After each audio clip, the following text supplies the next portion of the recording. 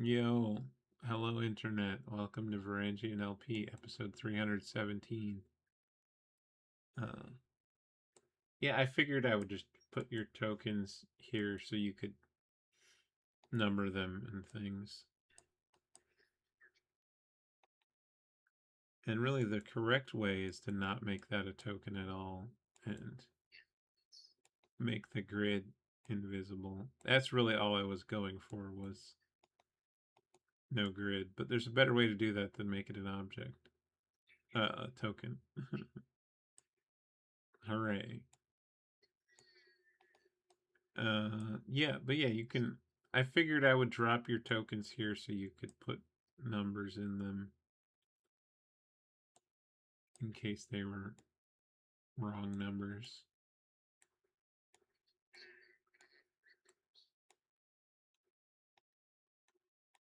Just for like some scenes too, I want to. Wait, oh, Miles' internet died. For some scenes, I'm like, I don't want all these visible bars, but then in combat, it's like, I want all these visible bars.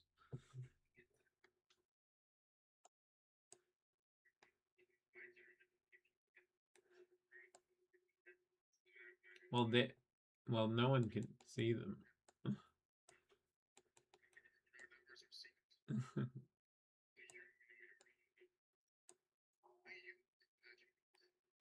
Yeah.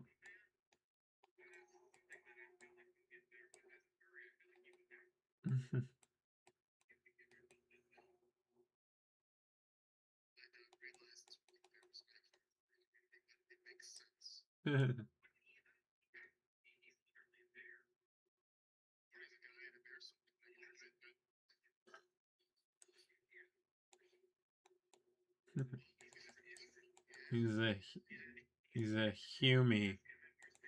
He's a Hume.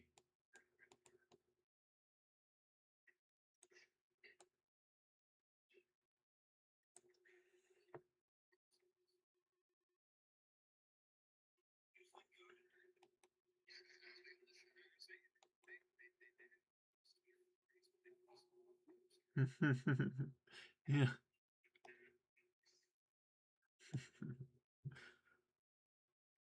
They didn't want us to have diabetes, but they put us in brownies. That's all they've ever wanted.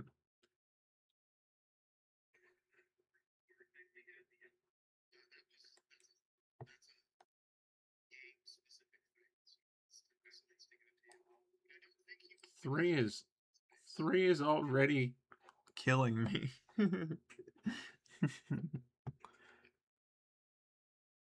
Not really. I wish there was like a mouse over function or something. Maybe there is, but I'm not figuring it out. Even if that were true. Okay.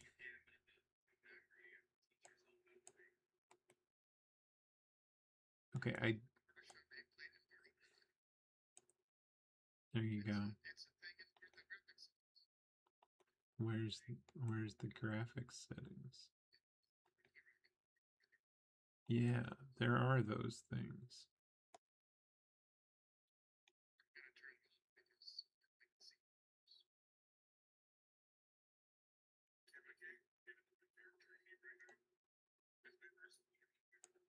Mm-hmm.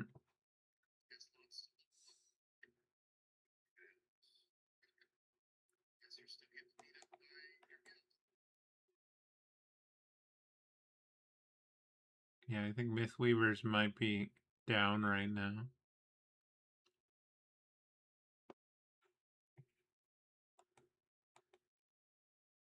It's I'm surprised Mythweavers even exist still. Like I was using Mythweavers in college.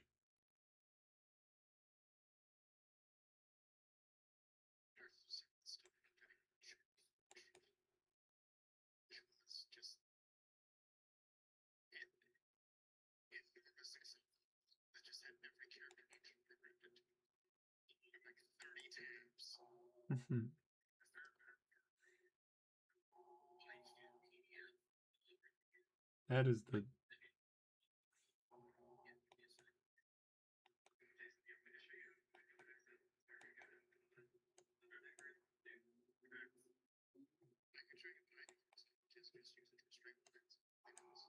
Yeah. Well, it's nice because you don't ever run out of like lines on the sheet or anything. Oh god. Cameras are all fucked up now.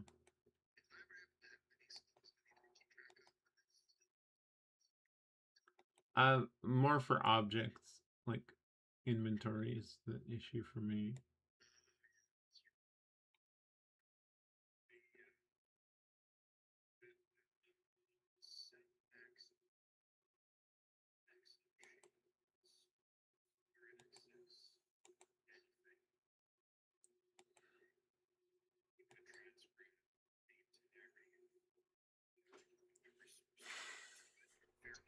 Ugh. All right, let's play the game. I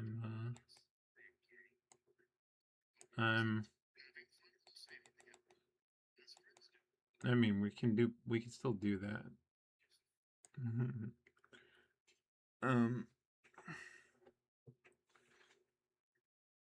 Yeah. Let's see. What happened last time? Someone say words about that.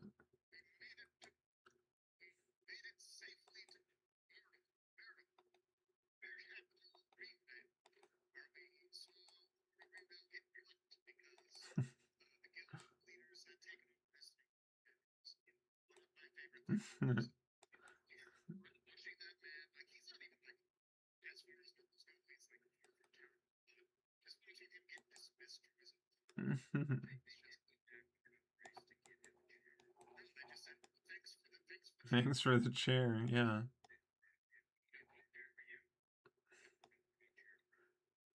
They were just. No, I mean, he can still go inside. He can go in the part that's his house still.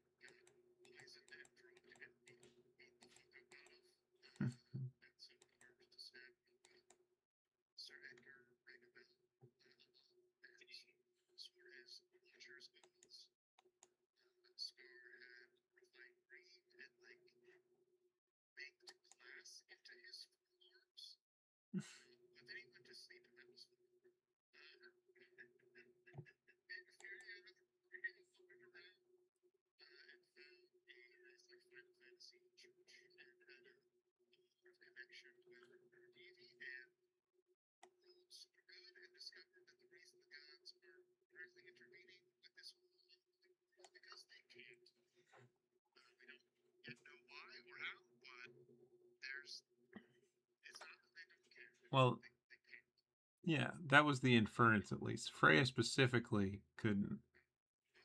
I mean, I'm just to be clear about the level of information that was canonically given. But yeah, I mean, but yeah, that's probably a pretty logical conclusion to come to based on the new knowledge. Mm-hmm.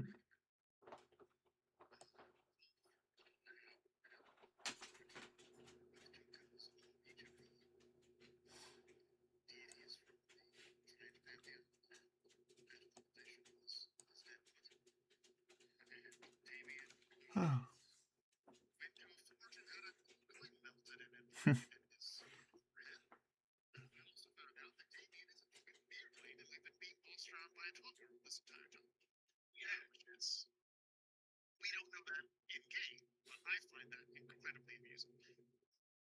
Well, in dwarf years.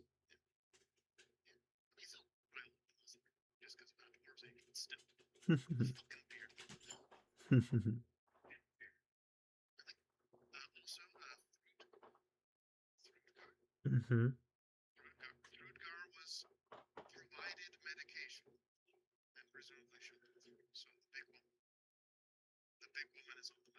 Mm-hmm.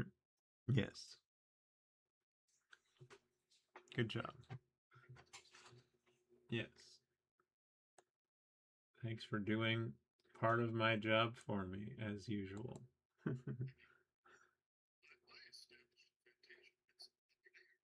True. I did steal that from you, and it's great for me because my brain empties out when I have to recollect things a lot of the time.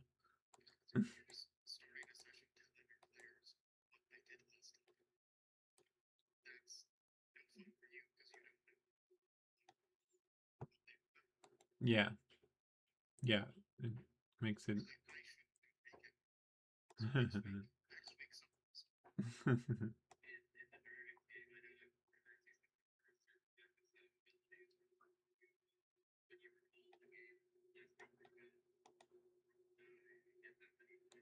Yeah.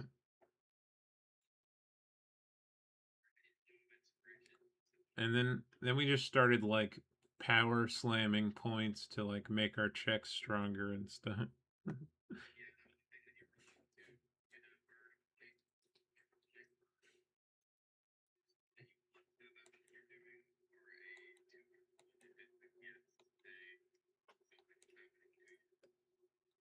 Hmm.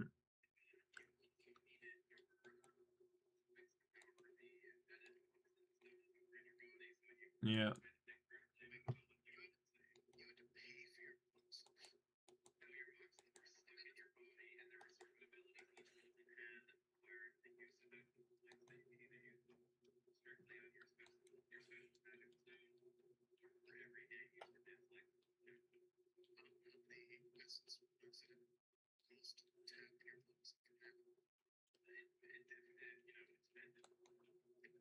The points kind of were the mana.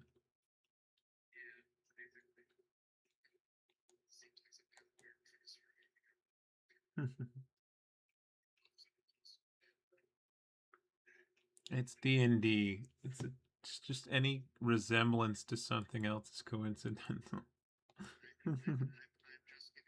June didn't steal anything, okay?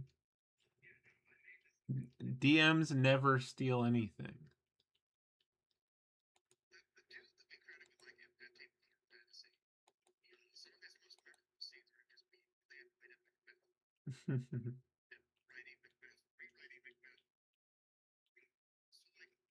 And oh yeah, and every dwarf basically is straight from Norse mythology.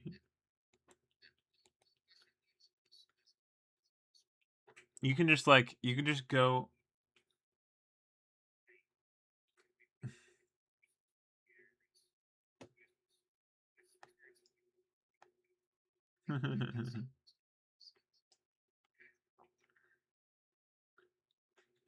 Okay, so I'm not gonna switch to that map, partly because, well, I could. I don't want Miles' computer to crash though. Um,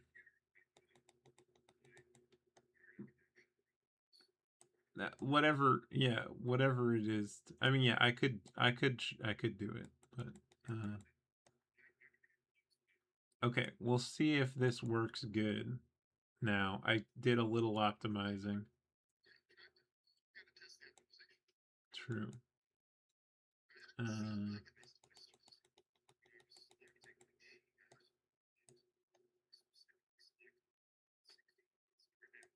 nice. I added a couple labels to things. Uh, so in the top right is the House of the Tomes headquarters in the Arcane Tower. Bottom right, Temple of the Gods, where the House of Light operates. In the middle of town, the Iron Forge, the House of Iron.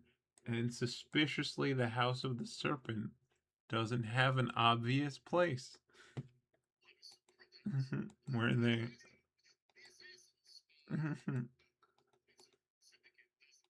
Yeah. Shocking. And then yes, and then the House of Sir Roderick, was Great Hall and other areas have been fully moved into and overtaken for military purposes. Is over here. And also cool horn sculpture thing.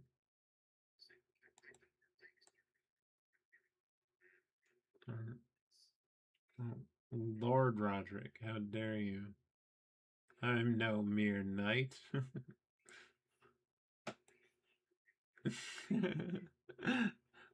Good. All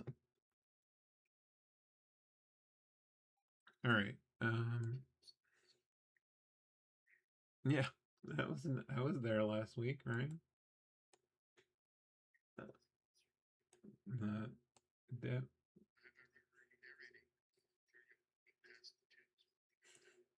and I definitely called them tubes.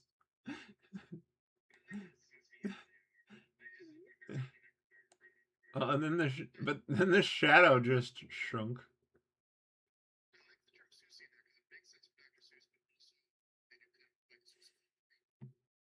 True.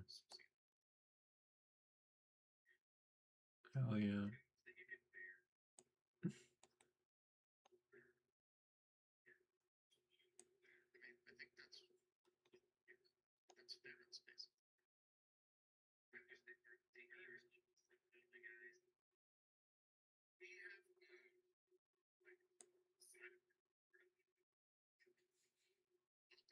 Um. No, well, yeah. You don't have to have anything like that. You were just told to report for your new orders. So if they if the orders coincidentally force you all to work together under threat of punishment for desertion, then no, it's an unalive squad. We're on YouTube. No, the unalive unit. That's it.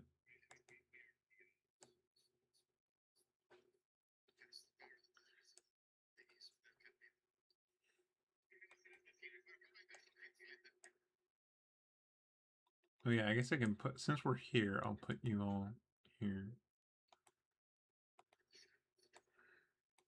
Uh, eventually I want to add even more things, but this at least gives the idea of the place we're at. I'm I basically 1/5 the size of the map art and chopped it into 4 pieces, and that seems to have helped a lot. And I'm realizing stretching a really big image, even if it's low res, makes it heavier to load. It seems that's what it feels like. Anyway, I was bringing up those locations though to say that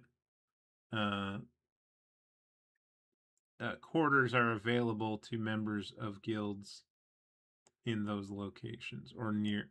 They're provided, and maybe it's in a nearby house or something. But it's when you go there, they told you where you could stay.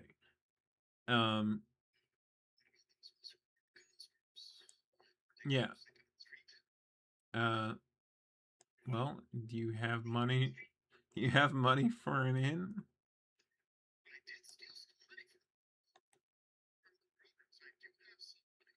Yeah, or you could use your adventuring gear, like your bedroll and stuff, like what you would use. There's like a rowboat somebody's working on that is shelter if somebody if it rains.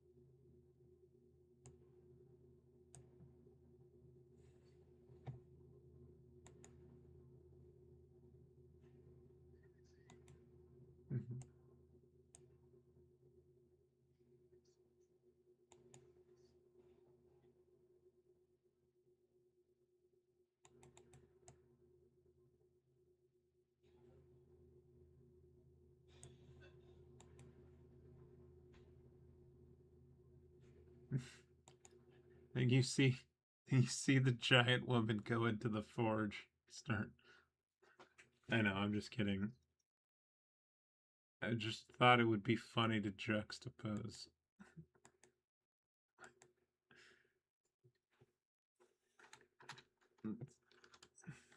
But yeah, you're right. Fire giants.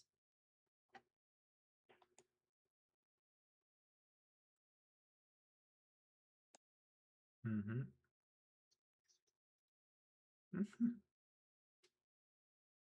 Well,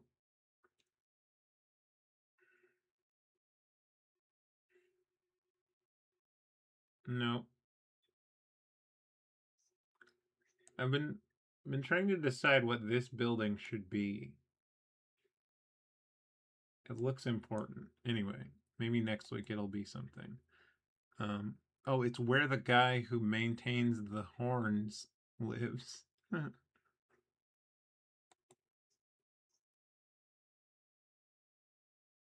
I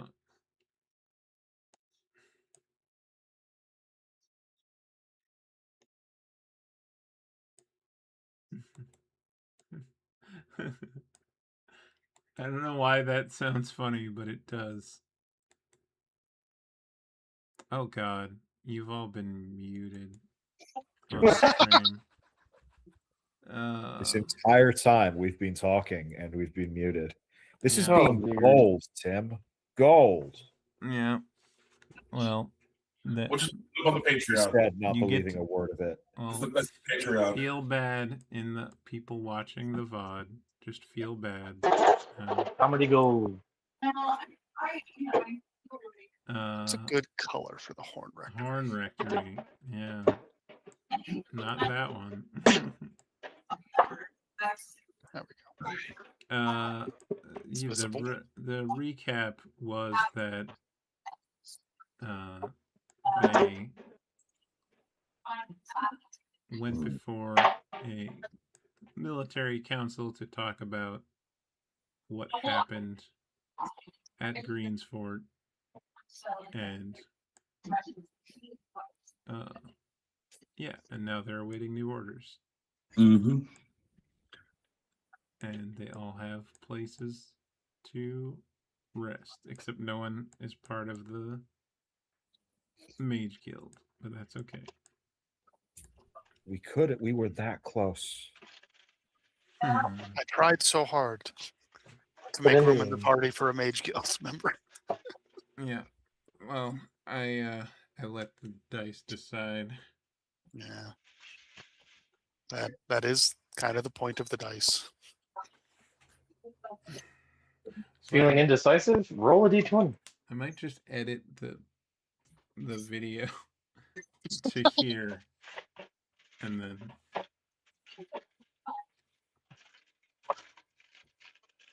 they'll hear me talk about editing the video right after the intro, and I mean- still know that I did a dumb thing. Mhm. Of course, at that point, I could also edit this part out. I mean, really. With some light editing, I could truly accomplish great things. Yeah. That is every writer's prayer. But that If sounds only I could bring myself to edit. difficult. That sounds like a thing I'm not gonna do, so I Yep. won't. Like, you know, I could Stick hire to an your editor, guns. but Have you seen what editors charge? yeah, I hope it's cheaper than doctors and lawyers. Well, yeah, but I don't have money for those either. That's If I fair. had- If I had editor money, these videos would be edited long ago to something That's- actually watchable on YouTube. Yeah. I mean, it's watchable. It's just long. It's like you better have a lot of time on your hands. All visual media are watchable, technically. Not if you're blind, I guess. Crap, you got me. Ah, All the gods. Oh, we're splitting up then? Yeah, I think we're all going to sleep. Okay. well, Wait, we woke up, Did we? right? not yet. Well, Oh, well, I'm not sleeping in the street like some sort of Yeah, you cult. yeah, you're good. go to the Temple of the Gods. Go. Yeah, that's where I live. Go to your holy house, holy person. I'm probably gonna go to the Mercenary Tavern and try to find a room. Oh yeah, This reminds me I of like forgot Happy about Gilmore. that. Go to your home. I didn't even name it correctly, but it's the place where the mercenaries go. So I just put Mercenary Tavern. I mean, I mean, honestly, it still works though. Merc Yeah, Tab. that's true. It could just be called that. Honestly. Yeah, like mercenaries aren't like super like creative with their names and shit a lot of the time. I do like the idea that just everything is so higgledy-piggledy and in flux that this tavern had a name Yeah. and like was a respectable inn, but then the mercs showed up and like, this is ours now, Yeah. and like kicked the sign off the peg or something. Yeah, If we're going to be assembling, there has to be alcohol. yeah. I imagine they took a sign down and they hand painted a new one that just says Mercenaries Tavern. No, they didn't even. They just like scratched it into the wood with an axe. There you go. Painting is for It's probably spelled wrong. laborers. We are proud mercenaries. But yeah. Okay. So long rests are happening. Give it to your toilet if you haven't already. And yeah. So Oh, yes. Can a man buy armor? Yes. Does it cost more than the book would say? Let's just say it costs what the book says. Okay. easy Studded enough. leather. Okay, so let me actually see what I can afford for a bludgeoning weapon. And I guess we did sort of narrate some resting last time, but that's whatever. Get yourself a good skelly bonker, Rob. That's I a have studded leather. Yeah, I want to get one too, in fact. Do they yeah. make arrows that deal bludgeoning damage? If walloping it, no, that Uh, knocks him down. Probably. It's the you just get a boxing glove and an arrow, and I mean, that's what Oliver Queen taught me. Yeah. that'll work fine. Maybe get a like sling. half range. Get A sling. if you want to You're a range genius. bludgeon. Yeah, They only cost a silver. Oh God. yeah. Good deal. Guillermo, do you really think I'm I giving was you any of rock this throwing. raw bacon? Get the fuck out of here. Rock throwing very giant Yeah. coded. So. No, yeah, it is. I will buy a gold's worth of sling bullets, so I never have to worry about it again. Yay. And don't count your ammunition. That's for nerds. I've been in campaigns where ammunition has been counted. Yeah. Were there And nerds there? I was there, so yes. I don't have Ah. time for that, so yeah, it's fine. Just but with special ammo, is Yeah, counted. special ammo is But special. that's everyone. Yeah, that is self-explanatory. Yes.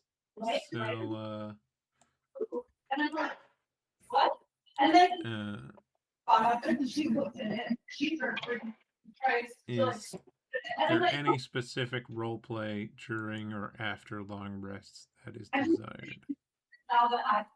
I would like to spend some time during the rest learning some sign language rudimentarianism from Sir Edgar so that I may learn to speak with the homie. Cool. Absolutely. Does this require a number of rests? Kind of, I love that as an idea because I don't think I can learn all of it in one. Yeah. I definitely support this. Yeah. We can do like a training mechanic. Just roll me an intelligence check though, June. Very well. To see I how will many produce- rests.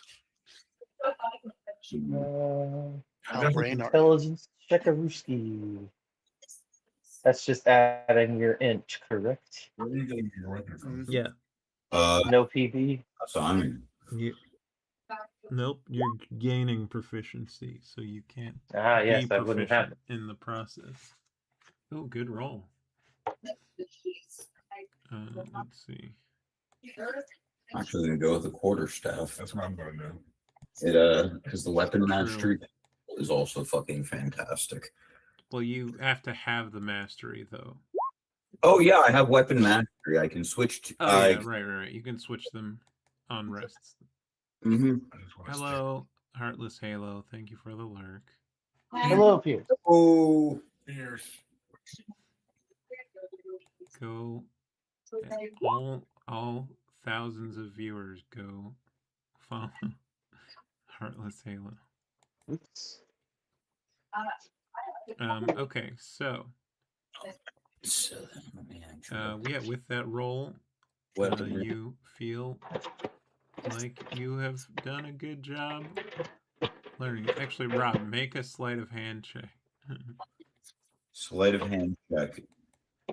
Do I add proficiency since it's for a language I speak? That's a good point. Let's say I yeah. would think so, yeah. It's not a raw mechanic, but it's one that is cool, and I like it. That's an 11 overall. Cool. So, you retain everything perfectly, Furia. And you want to learn more, but Sir Edgar can only do so much so fast. Cool. But you feel good about the basics of signing. So probably like yes and no. I have weapon mastery. And Now you know your ABCs. yes. Maybe like those military kind of point and click adventure style commands that you do with your hands. Go here, do that, defend me, cover my little ass. Okay. Days of the week, colors. On Monday, cover Something. the large donkey. Find me 1,000 chickens. I don't know why he taught me that one. Build me an army worthy of Mordor. Build me an army worthy of Tyr. 1,000 chickens. Mm. Let me tell you about the Scarlet Rot. Look, there's a Melania. there's a new Souls-like game where you play a chicken, Oh, nice. like an anthropomorphic chicken, Oh, less nice. And I it's wanted to be like- like Untitled Goose Game. and but and they a chicken. don't really like it's like just played straight, kind of. That's the best way to do What it. I could tell, which is fun. Yeah, it's just like, yeah, this is just a action adventure game. Yeah, you're a giant chicken. What's wrong with that? What's wrong with that? You know, video games used to do more of that. I feel like you're just an animal for some reason. Now they all want to be like, oh, you're a realistic person.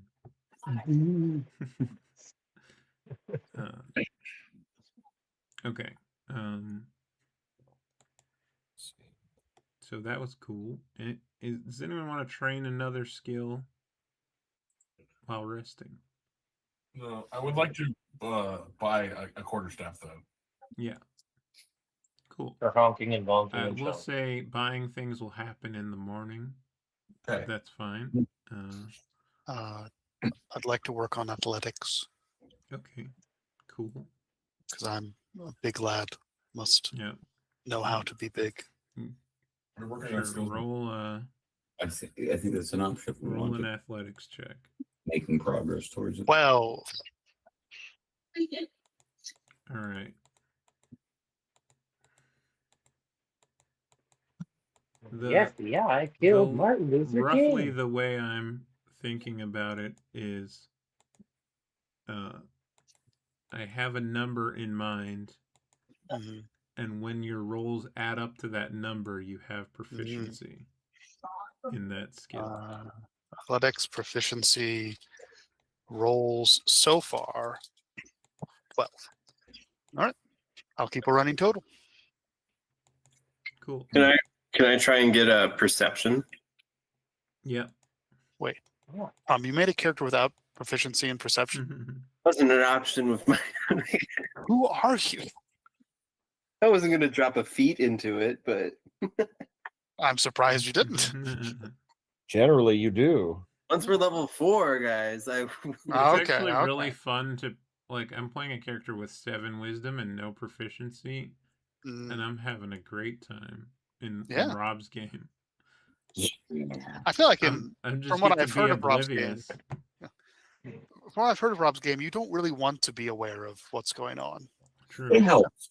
Yeah. I got That's why he's so stable. a 17. All right, good roll.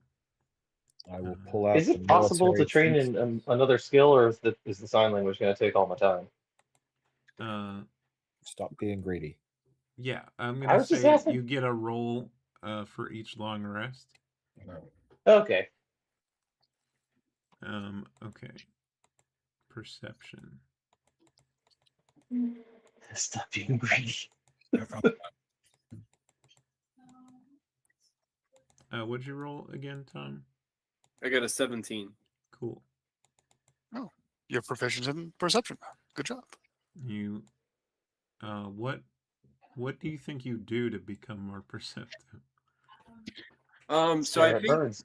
while he's sleeping, he sort of starts to realize that like the farmers and stuff have been coming and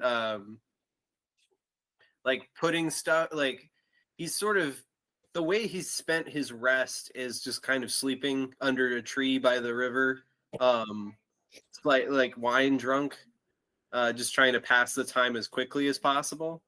But in that, he's sort of realized that when he's conscious, they won't come and bring him stuff, but he realizes how to look asleep enough for them to be comfortable. But it's like, they're bringing a pillow and then suddenly he like raises his head a little to like let them put it behind him. It's a subtle zen while he's like slightly drunk. That he just becomes more aware of like people roaming around him. Cool. And he's looking out for skeletons, probably, knowing Scar. Yeah, he's like, oh, these are skeleton. Oh no, it's got the flesh still on. Not a skeleton. Like Not a everybody's skeleton a skeleton. yet. To be. Yeah, exactly. Not a skeleton. Tongue too short to be ghoul. Not enough flies buzzing around to be a zombie. Now I definitely want to have that moment where I go up to Scar and I just say, like, you know, there's a skeleton inside of you right now.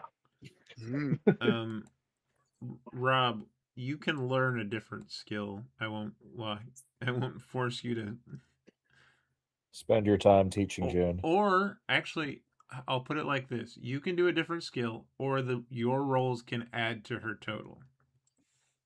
Add my 11 to her total. Cool. It's more important that she be able to communicate with the party than with me than I have another skill. Yeah, and you always have the option to split it. Like tomorrow, do your own thing, and then So I rolled a 33, I guess. You have 33 in your counter now. How many do I need? That is something for Tim to know. Yes. You will have to add a sign language counter. You will find out when you reach it. It's just like Pokemon. You reach the level, now you get flamethrower. Good on you. But instead of flamethrower, it's the ability to communicate with Stradker. That's the same thing when you think about it. I mean, kind of. Wait, more like getting Wonder Guard in that case. I'm just gonna put sign language Jason, 33. Is there a skill you want to learn? I don't know, maybe medicine or survival would be cool. Cool. Which one? I mean, I guess let's do medicine since I'm learning poison.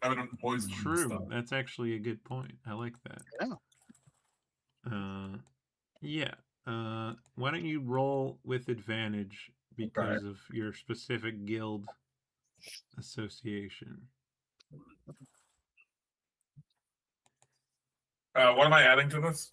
Anything? Your wisdom. I got a 12. Cool. Go ahead and me 12, brother. And Miles, are there any skills you want to learn?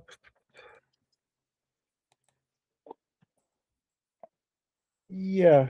I think he's going to walk into the Iron Forge and pull out their copies of the treatises of warfare and start boning up on his history.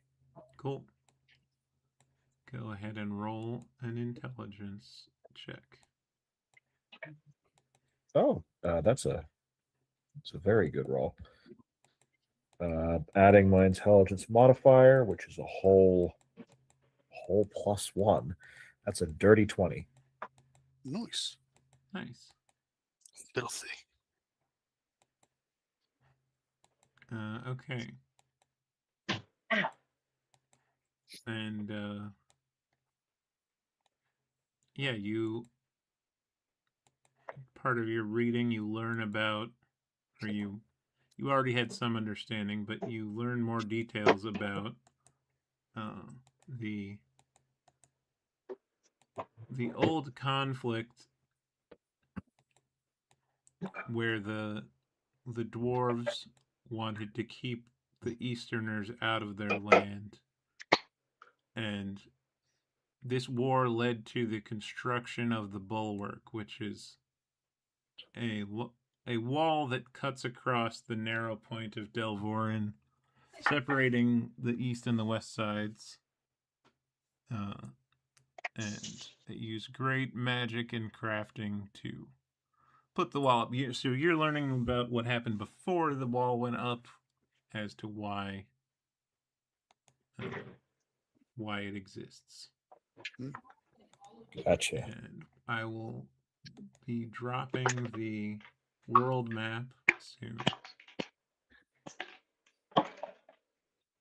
Which, yeah, I was just working on other stuff that was more pressing this time. Okay. Look forward to it. Okay, so then you awaken from your rests. Mm-hmm. Some of you go acquire weaponry from. Yeah, you can just get it from the House of Iron. They'll sell it to you. Or from wherever you. I do love the idea of walking to the House of Iron and buying a leather sling. Well, The the bullets are probably Probably. metallic in some Yeah. way.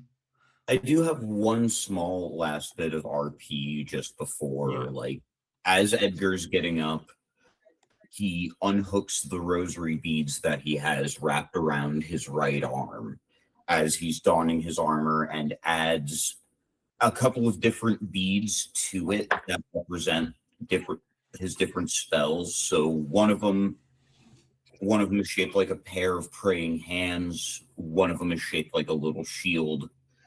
One of them is shaped like a hammer, like surrounded by radiance, and one of them is just completely clear glass. Cool. Yeah, just a little like detail on how he does that stuff that I liked and wanted to get Yeah, out there. it's cool that they mean more than just one of the row of beads. They're like, I got the idea from Blasphemous where the rosary beads are like your accessory equivalents and like add buffs. cool. I was just like, that's a cool idea. It's a cool idea, but I'm not going to go as far as to put a skull from a dove on my rosary. It just feels a little too much. Yeah, and as you go to obtain your, what was it, a staff rub? Yes. Bjarni, the blacksmith from Greensfort,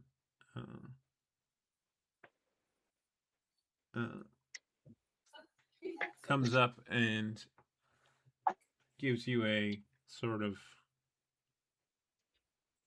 It's not that it's crudely hammered. It's just sort of like a rustic finish. He gives you a bell bearing,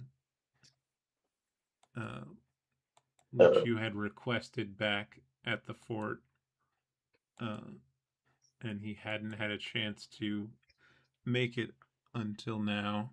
And so it's fine quality, but you can see the hammer marks intentionally. He, having learned from watching Damien interact with another House of Iron member the previous day, he gives him a short, respectful nod and then says, "May tear make my heart iron," and slides it into his pouch. Indeed, and you yourself can also add some iron, I'm sure. But thank you for saving us. Edgar nods solemnly and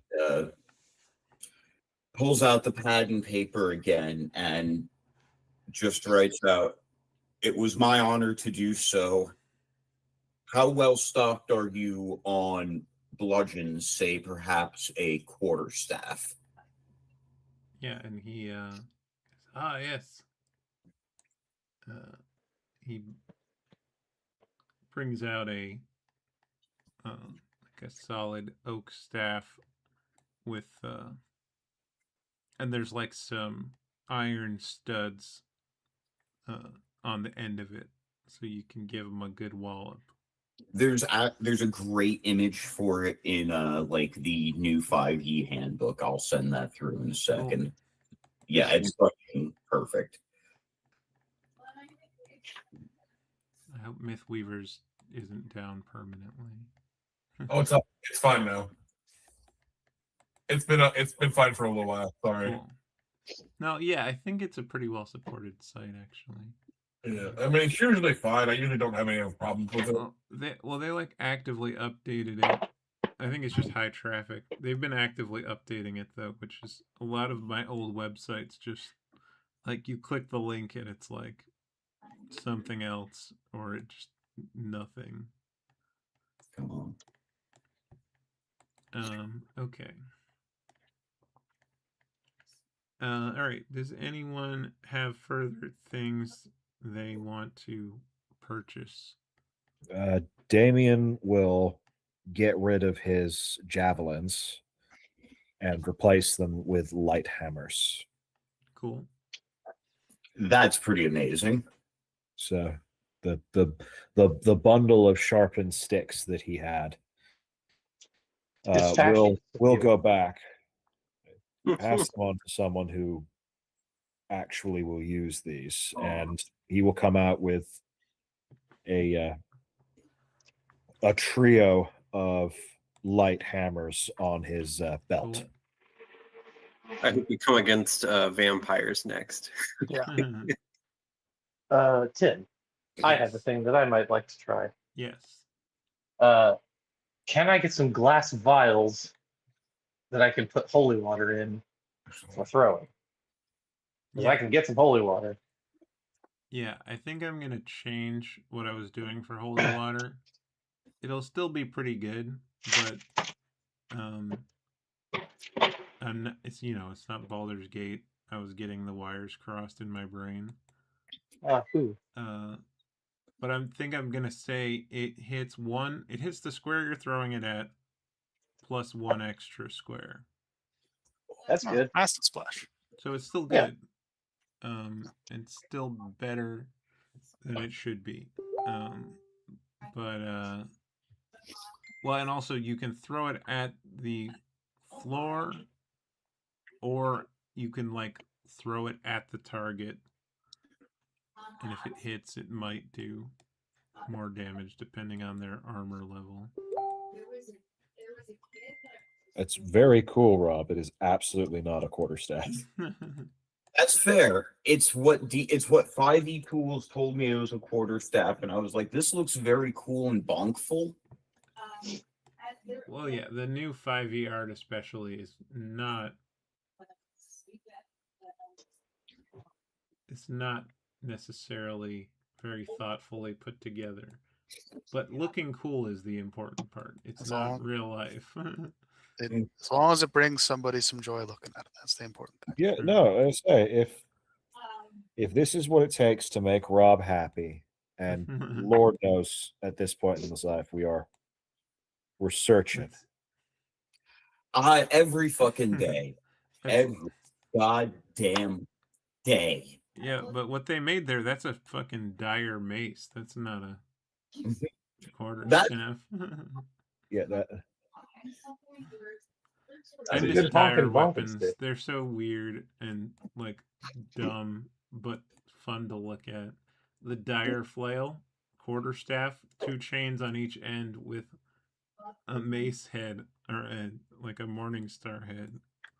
Yeah, boy. Dumbest weapon ever. So cool. Well, no, the orc double axe was also silly.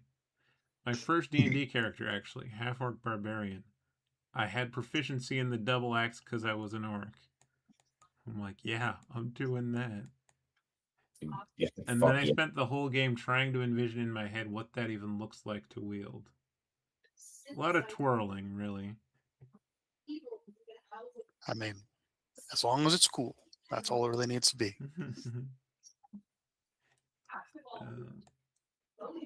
But yeah, vials are purchasable. I forget how much they cost. I think there's any survival tools. Are there standard potions of healing around Yes. for $50 dues? Yeah.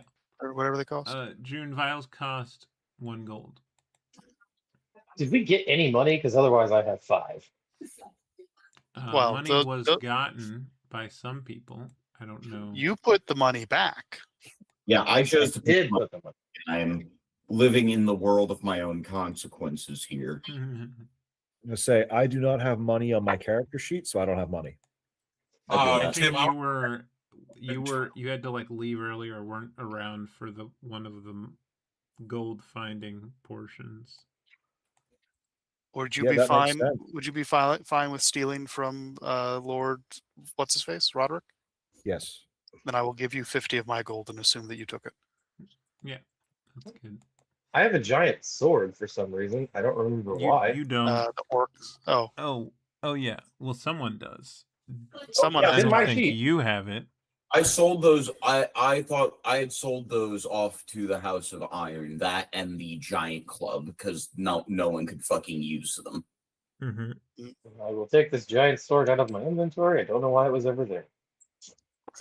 How much did I get for the Greenvale toothpick and the Oni club?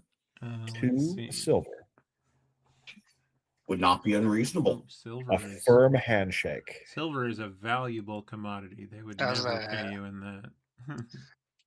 I was gonna say, if Edgar's wrapping his fucking gloves in that shit and making blessed knuckle dusters. I'm almost tempted to make like silver the platinum of this. I mean, it would make Setting. sense because That's it's fair. Yeah, Yeah, no, It's a 100%. key. Powdered silver is a key ingredient to many holy rituals, yeah. including making holy water. I absolutely think you should do that. I would like that. I'm 100% Cool. behind this. Cool. I'm just What trying. What damage do holy just- water bombs I mean, do? I don't think silver Radiant. is even that important. Like, I think mostly we do things in gold anyway.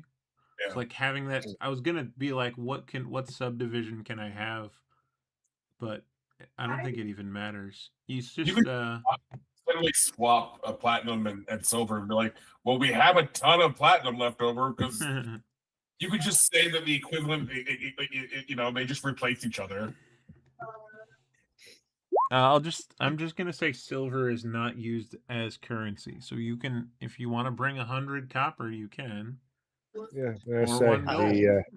the iron piece has replaced the silver Ooh. piece. Oh, that's I like that. I'm changing. It's because the it costs- mainstay of the House of Iron's banking program. Oh, there you go. That's a good one too. That's yeah, part the- of how they got so powerful. They could just say, oh fuck. The Yeah. sling cost a silver, so I have 9 iron pieces. Cool. Recorded now. Does Furia need money for things? I could take some money. I bought 3 orbs of holy water damage, which I need to know how much they do. Well, you- The raw versions do 2d8 radiant. Well, you But I don't. have empty files. Well, I got to put holy water in them, but I mean, I Yeah, should be able to do and that. You have to make it. Hold on. They don't have it at the church here? It's just on I mean, tap. they don't just Not have on- it not for for you to free. take. Well, gosh dang it. I mean, that's why holy water costs 25 gold and a vial costs 1 gold. It's not. Oh, Yeah, jeez. it's not just going to the river. Let me tell you. Wait. Well, surely I can do something like sweep the floor and give a firm handshake to one of the priests here. Like my boomer ass dad would say. It's just like, oh, you need some holy water from the holy water factory? Just walk in. Oh, Start sweeping the he'll floors. let you sweep something. Mhm. You're far too old. Oh, Mm. Yeah, I'm not a young woman, I don't think. So yeah, 25 gold worth of powdered silver, and first level slot in an hour-long ritual is how you make 1 thing of holy water. Okay. Um, Just wanted to double check. What did I get for the items I traded in? yeah. Hold on. Regular greatswords listed 50, great clubs listed 2 silver. I don't know if they're worth more because they're big. Theoretically, you'd sell things for half their value. Yeah, that's true. That's usually how it Say, works. these don't function as weapons. No, they do if for you're big. normal sized people, so you're selling them at scrap value. Quarter price. Yeah, I mean, I was gonna. It isn't very good quality metal, but Eighth. just have 25. You're good. That's fine. Okay. You trade them for a vial of holy water. They got a bunch more shitty steel, so than a regular greatsword would have had less mass, but been less crudely orc in design, orc barbarian-ish in design. Don't feel bad, Edgar. they have to chop it to pieces anyway. Edgar kind of looks almost mournfully at the sword for a second, and then just signs out to you. It was way too heavy to reasonably use. I tried. Yeah, and Bjarni said, I mean, I could make you one with a handle you could hold, but it will slow you down. And Edgar kind of, in very vague terms, signs out, no, I need my shield. Ah, yes, very wise. May the iron protect you. And Edgar goes, I pray my iron may protect others. There's a joke in here about testing your metal, but I'm not smart enough to make this. I'm sure a lot of the House of Iron people make those puns. Edgar does actually, in fact, purchase a vial of holy water using the proceeds from selling that, because that will be a practical call. Yeah. Let's see. Damien will turn to the smith and recount the House of Iron's favorite joke.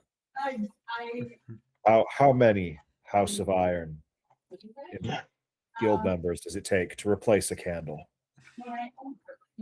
One. We are an efficient and humorless people. I love that. I don't suppose I have time to make my holy water because of time and resources, correct? I mean, you could go to the House of Light and exchange 25 gold worth of something. Well, I guess it would be 250. No, it says 25 gold worth of silver, which in this world is a lot less silver. Which is funny because I played myself kind of. Yeah. Well, I guess for now then, because I don't have the resources, I'm just gonna read this thing out, so I don't think I have. It's a smaller volume of silver, but the gold value remains the same, so you're fine. Yeah, let's just we'll just say that's true. Traits. I mean, if the laws of the universe say 25 gold worth of silver, then the economy controls the value of holy water. Yeah. Well, then I'll just say that for now I have 3 vials with which I will put holy water in, because I don't have the stuff I need to do. Cool. Yeah, say you can scrub toilets and do you want money? You look like a woman that wants money.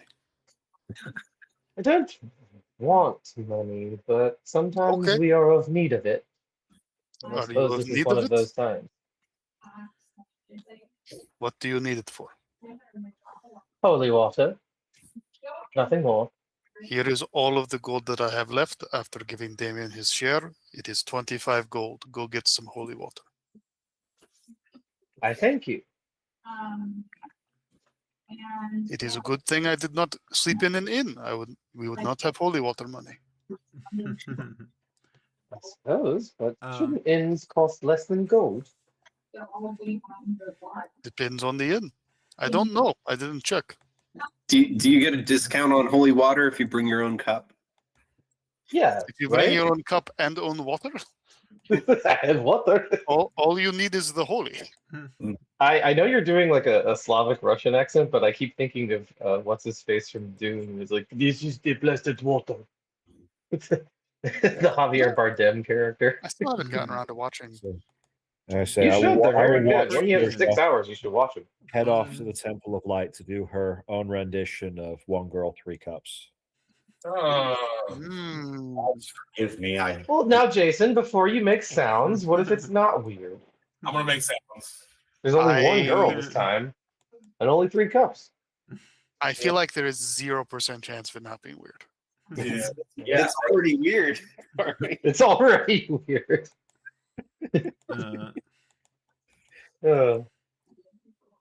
Moving right along from whatever holy abomination. Tim, is. Yeah, I got quarterstaff and 2 health potions. Cool. That's fine. I got a sling and 2 health potions, and was sad to look at armor and realize I could buy nothing that was better than what I have. I got a Wow. Same. I got a Well, steak. while everybody's shopping, Scar will drink out of the river for free. Be careful of all of the amoebas or whatever. Is it running water? Very swiftly, because you're safe. If it's stagnant, don't drink it. It's a river. Moving river. It's not just sitting. So The trick is that's- timing it so that you're not downstream of, you know, Shit. the mercenary tavern when it dumps its. Well, that's why he's right by the outer wall. Yeah, that's the safest place. It's like I wanna make a brief scene out of it and just sort of find you doing that and kind of walk up and go like, Just like hand you a nice, pewter stein so you don't have to use your hands to cup it. I mean, you've got those There 3 you go. vials. Yeah, I could give him a vial. Well, you have your delicate vials. Damien will buy a pewter bottle of rum. Nice. Tiger just fills his water skin like a normal person at the well. No, wells are dangerous. I was saying, why would you go to a well in this world? Word that wells are bad. It was one well. Yeah, one. 2 wells. Scar's well, also bad. One for Fine. He fills it from the running water of the river. There you go. Still like a normal person. So he has Finally, some civilized Yeah. right next to the mercenary tavern. I mean, there is a well outside, but there's a couple wells actually, but it doesn't matter. Is there? Are there any Orson wells? I hope not. He can't survive. He can't do what he wouldn't do okay out in the heat. You wouldn't do well. So avoid trying to dodge that one. You have failed. You're You can't supposed to dodge the puns. You're supposed to lean into puns. Yeah. Yeah, right. How dare you? You broke the rules. Betrayal. That's why I had to save you from making the grave mistake of not saying it. For holy water, I'm also adding an extra usage for it. You can pour it on a weapon for 1 minute. That weapon can stop undead fortitude having creatures from like to be considered like they took radiant damage so that they can't proc that. Nice. It's still the same damage type, but it is. It's highly fortitude. And also, if a fiend or undead has the thing that says like no damage or half damage from non-magical weapons, it will be able to bypass that. Counts as magical for overcoming demonic damage resistance and counts as radiant for overcoming undead fortitude. That's fucking awesome. Yeah. It's expensive, but yeah, it's good. Yeah. Oh, it's worth it. How many arrows can you dip in a vial of holy water? I don't know. I guess you just pour it in the bottom of the quiver. Bad mental image. Yeah, just slosh it in there. Yeah. Stir them around a little bit. Yeah. Make arrow soup. Arrows. But yeah, we don't have to split hairs about ammo. We'll just say for that minute it lasts as you're pulling them out. Enchanting the bowstring or something. Yeah. Yeah, that works. Or it dries. Pour it on the bowstring.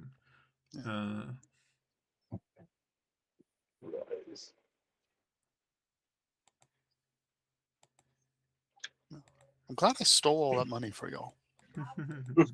Somebody had to. Yeah. I kept mine.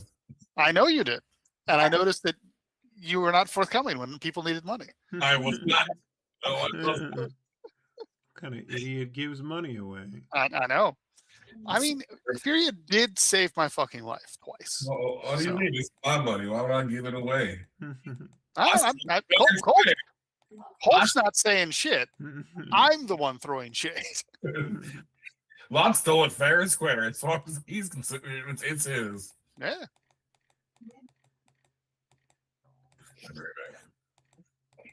Guess we're all gathering by Iron Forge. I Ah, guess shit.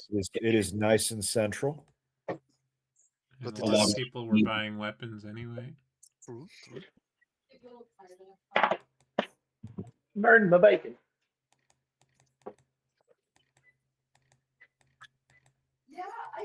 Edgar has 3 gold and 8 iron at this point.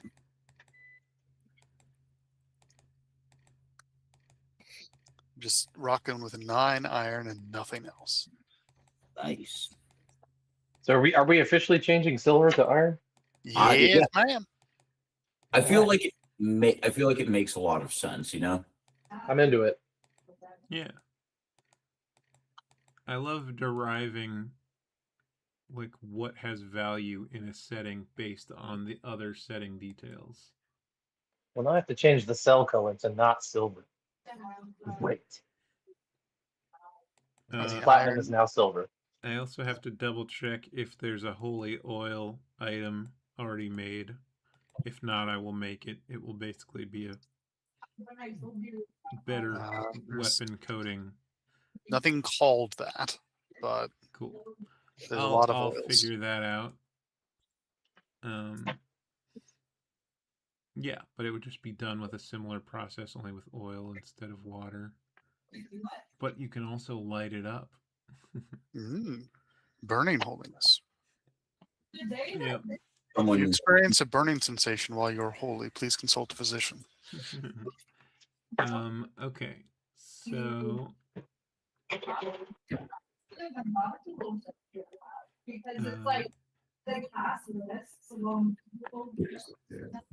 there's nothing I need. at a certain point, Orin the scribe, who had brought you before the council, finds each of you and gives you $5. gives you your new orders. Mm.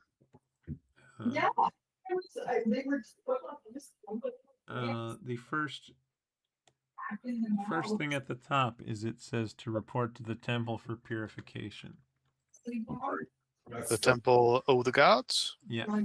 Yep. Oh, God dang it. I just ran past that.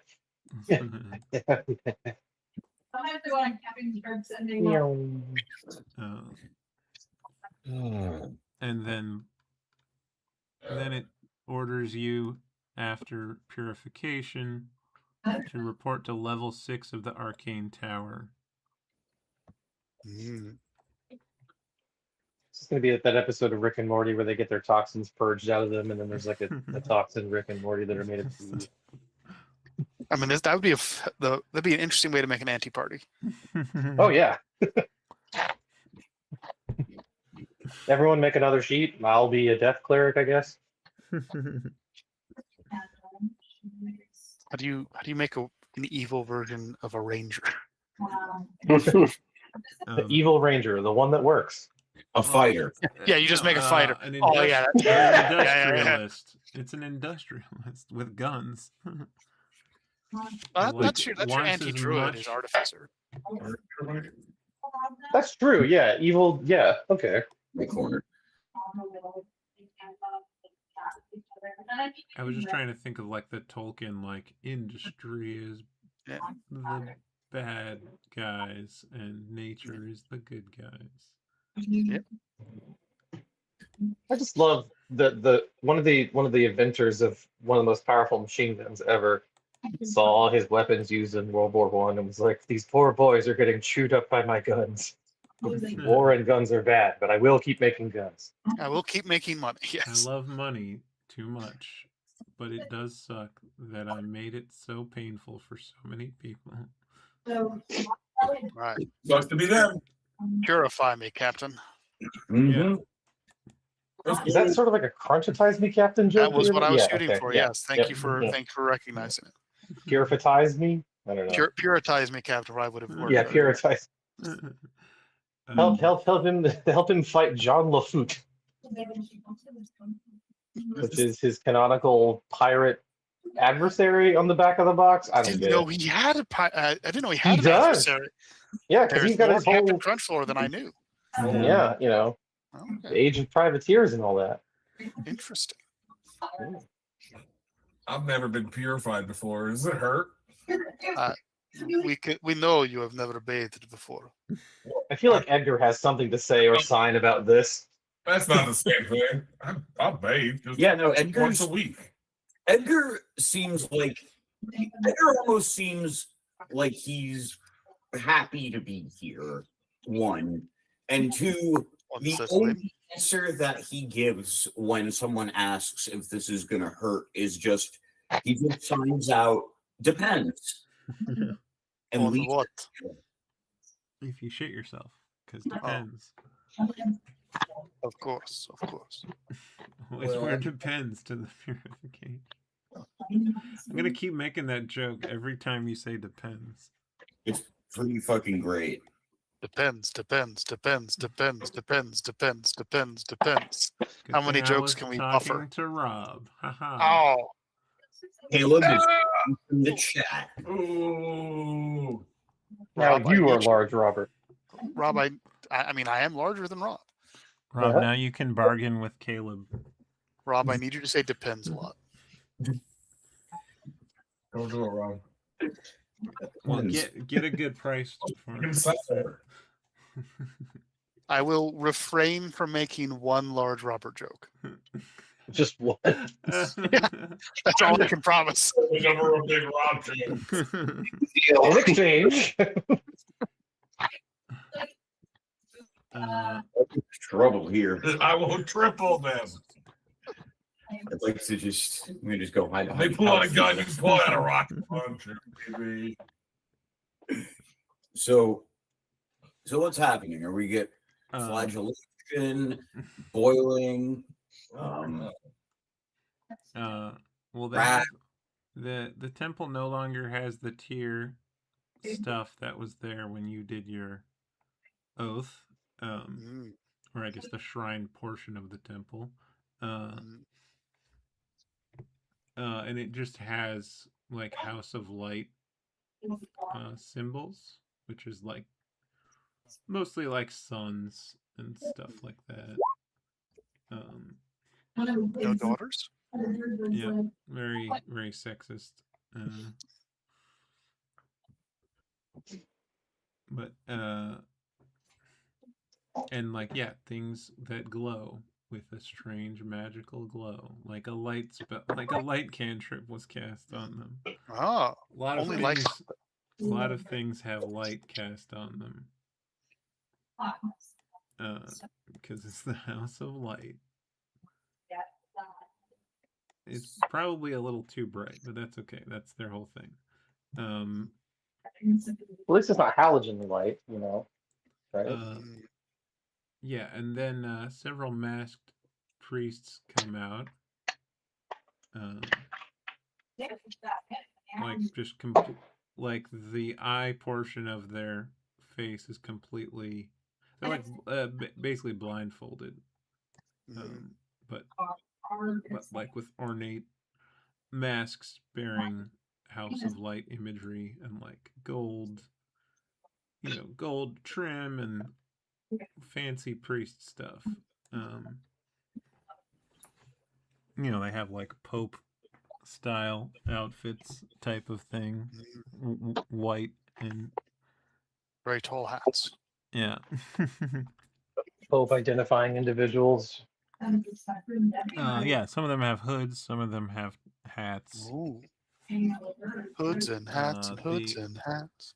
The high priest has a bigger hat than the other people, as is tradition. Yeah, this land. That's a consistent thing in this land as well. Size, the largest hat is the leader. Size and fanciness of your hat has to correlate to your station. How do you know he's the leader? Look at his hat. Although the House of the Serpent has been known to put the bigger hat on less important people. Yeah. None of you would know that though, because none of you are in the guild except Lod, and Lod wasn't paying attention. I do like that at least one guild is smart enough to use the big hat meme to, provide patsies. Oh shit! I forgot to put big hats on all the council members. That's okay. That's fine. They've They've checked- transcended the hat. No, they checked their hat at the door. course. There's like a special. Yes.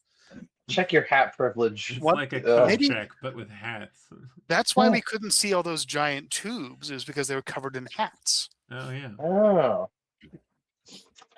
definitely why. Yeah. Secretly, the tubes of the folk.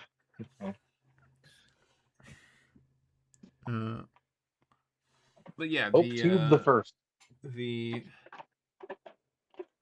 priests have you gather in the middle, and they walk around you with sensors that are, strange smelling smokes come out of. Or Wait, what exotic kind of smelling. sensor? Is it sonar, radar? What are we doing? Thermal? Yes, all of those.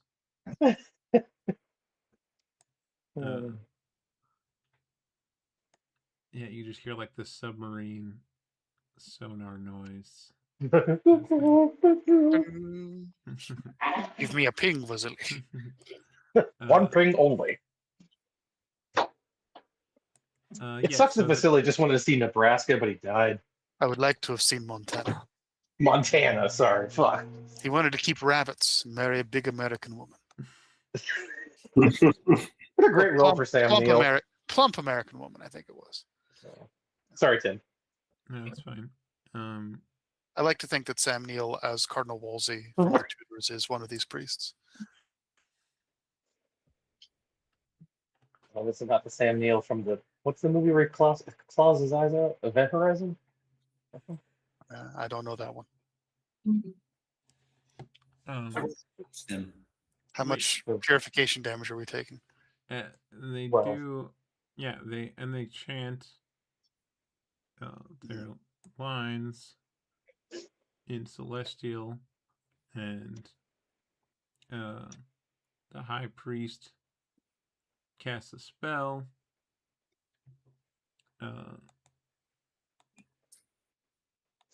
It is, yeah, it's not a safe spell, so it doesn't matter. A spell is cast upon all 6 of you, and they do everything they're supposed to do, and then the High Priest is like,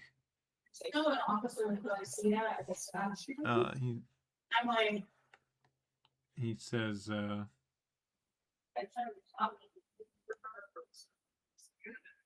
very well, there should be no more demonic taint within any of you. And he like senses, he's like,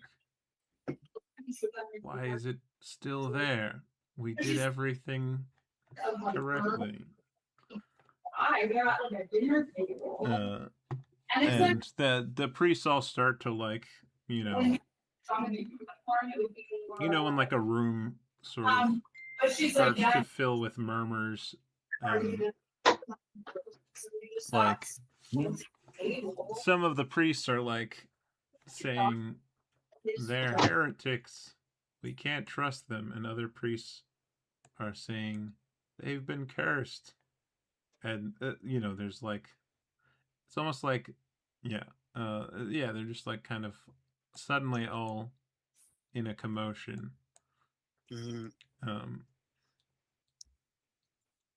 At which point the wizard Talia walks in and casts silence on the area,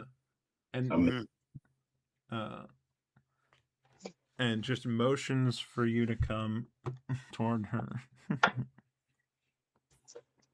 I guess we are going to the 6th floor of Wizard Tower now. Once you all clear the silence range, she says, we don't have time for these fools at the House of Light. No offense, he says to Edgar kind of like tilts his head when she says that. I will get to the bottom of what is wrong with all of you in ways they can't. What is wrong with me is that I am not currently fighting. There is a war on. There will be time for that. But if you don't want the same thing that happened to the hundreds of warriors around each of you when you nearly died, we will take some time to figure it out. Very well. And yeah, she just like teleports away, and Tatiana kind of comes like runs up like she got left way behind. Yes, mother. Come on. I'll help you get to the tower. Why does your mistress refuse to walk anywhere? I imagine that because she learned how to not. I mean, would you do that after you could teleport? I don't. He's very busy and very important. But you miss the sensation of the walk. Well, she does some walking. You miss the things you see along the way. Yeah. She sees far beyond normal mortal vision. No, my dear. I'm not talking about your mistress. She's too important to be wasting her time with these kind of things. Her purpose is clear. I was talking to the Godbotherer here. Well, Furia. Furia, yes. If I could learn to not walk, would I still walk? Was the question. Yes, I would. Indeed, we all have our own paths to traverse.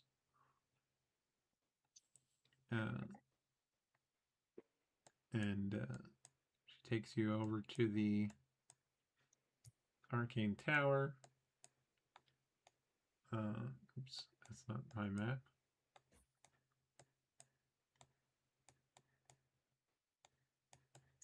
Whee! Yay! Yes, you go up here. I was like, I don't know what that's supposed to be. It looks like a giant, like, gazebo or shrine. But I'm like, no. That can be the Arcane Tower. Too many triangles has to be arcane. Yeah, exactly. Too many triangles. There's all kinds of shapes and, like, math and stuff that you had to do. Yeah. House of the Tome shit. Geometric. Just look at Colf and just be like equilateral triangles. The most arcane of triangles. Geometric sounds like something the Teenage Mutant Ninja Turtles would shout when they're like on a math mission or something. Specifically, Michelangelo just yells geometric. Yeah, I mean, I feel like I missed out. Oh no, that's Donatello. On a sick Ninja Turtles math video game or something. Yeah. Welcome to the Isle of Zumbinis. As you enter, there's sort of a hallway with a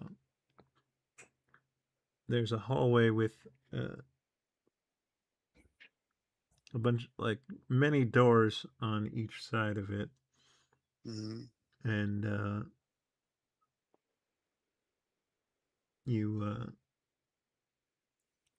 she just takes you to a door marked 6. Uses magic to activate its energy and brings you all through it. And actually, when you looked at the tower on the outside, it didn't seem to be 6 or more stories tall. But here you are. Bigger on the inside. On a level of the tower. Smaller on the outside. It is taller on the inside. I like the geodesic dome. It's a good shape. It hides its height. I do not understand the point of this. My age. Oh dear. So yeah, as you come to here, You're gonna make us read. Look at these books. These Joke books are on- amazing. I can't read. Well, joke's on you. I'm illiterate. I can't. Look at this stuff. Isn't it neat? Which is Those great. kids, I that party would be really mad if they could read. really can't understand you. Unless you're it's back. I'll be right back. fucking clear what you're saying. I am concerned by the lightning zone. Well, just don't get They've inside of it. It'll be fine. I think they're going to put us inside it. No. That's why I'm concerned. Look, it's like the Gom Jabbar. If you feel any fear, then it kills. Well, you get killed. Tom's touching a cat.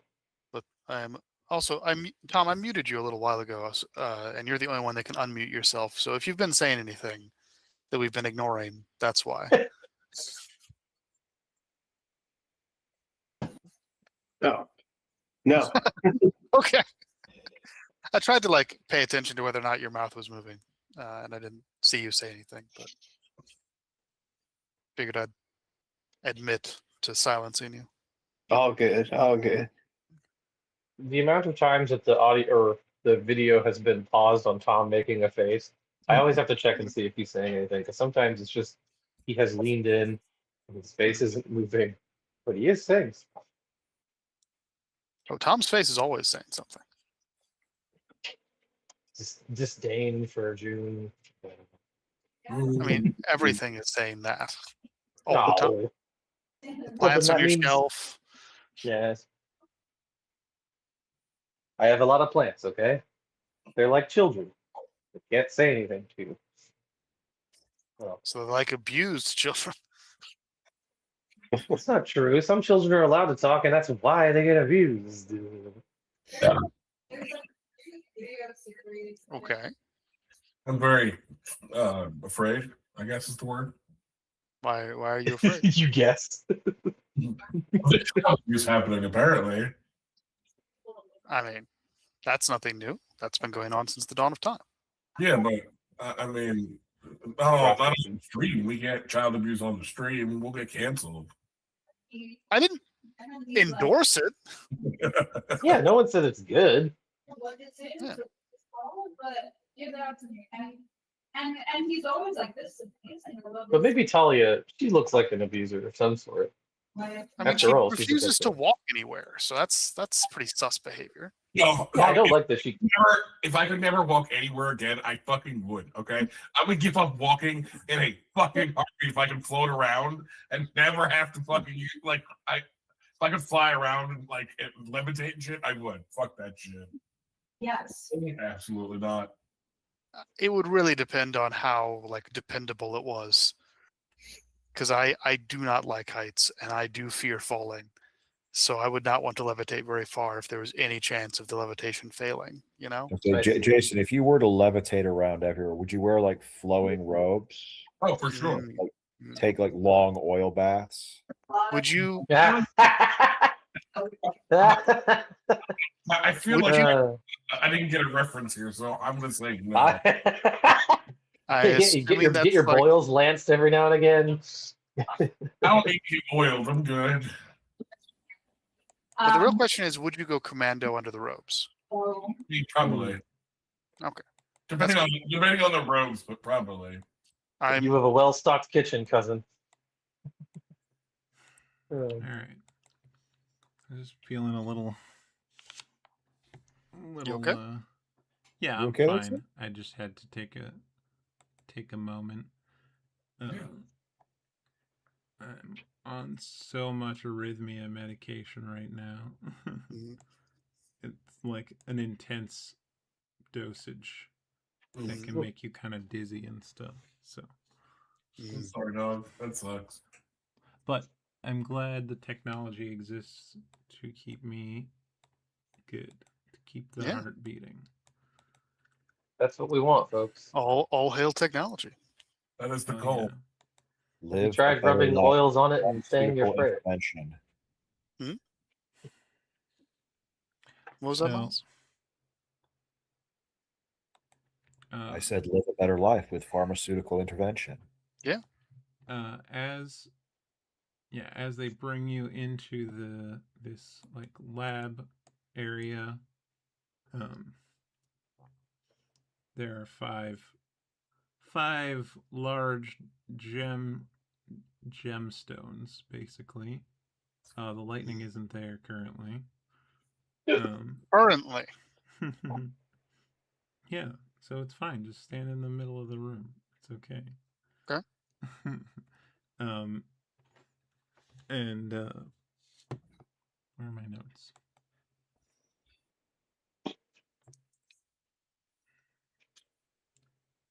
Talia says, "All right, everyone, go in the middle."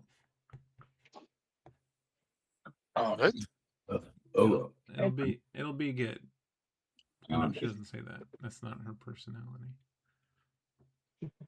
Right, I guess. I've done dumber things than this. Come on, grab her. There we go. Boop. So, guess time to stand in the middle of a thing of lightning and Don't worry, Damon. The lightning isn't there currently. Currently. Currently, You see, it's funny joke. Talia turns and says, "Okay, Tatiana, cast the spell." And Tatiana pulls out a scroll. Is the scroll just pictures of frogs? There's at least one picture of a frog on it. And four different beams of energy come forth from the spell's casting and sort of go in a line to each of the giant or the large gemstones, and they all glow and crackle, and their energy sort of starts cycle, like it sort of combines. So it's almost like, it's split into a spectrum.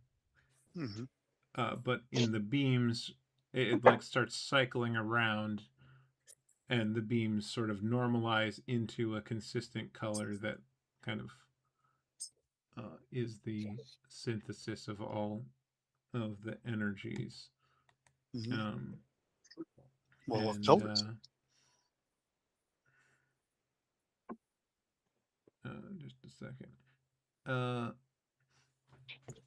Yeah, and then you see Talia is just like, she kind of gets like a faraway look in her eyes, like she's not really looking through them. And as the energies build up, your minds start to it's like the pensive. You start to feel you start to experience memories you once had as though they were happening very clearly, and potentially with details your memory doesn't contain. Like you're getting it's like and you're also like watching from, well, I won't restrict the camera angle, but because in case that's helpful for some of your imagery, but yeah, it's like you're an outside, even if you still see it from your perspective, or if you don't, it's like an outsider has traveled to this time and is watching it happen. And I've asked each player to think of a memory, and we don't have a specific order we have to go into. If someone wants to go first.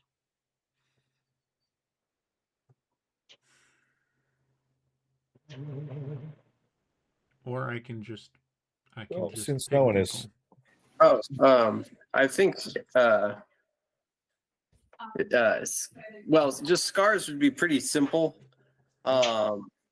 which would just kind of be, it would pretty much catch you up to where it kind of just starts out with you just sort of, you're seeing it from a first person perspective, as the like sort of fists are kind of small, and you see them kind of further back in battles, kind of fighting the like things on the sides, and just very kind of quickly you just see battle after battle after battle, and the hands getting bigger and bigger and bigger, and sort of moving from the back all the way to the front, until you sort of see like starting with like looking to officers and stuff and people, and like that starts to fade more away, and it's sort of, you start to see that like sort of when he was little, the sort of what you were looking, like the monsters and stuff you weren't really focusing on, and then as he's become more tuned, that's really the only thing that he can really remember clearly is the sort of the things that he's fighting. The people around him fade way more, to the point that they almost look like specters, even though you, with the context of what you're looking at, you know that these are fully people, but to Scar, they've kind of gone from protecting him to, you know, they're with him, but it's him and the monsters is deal.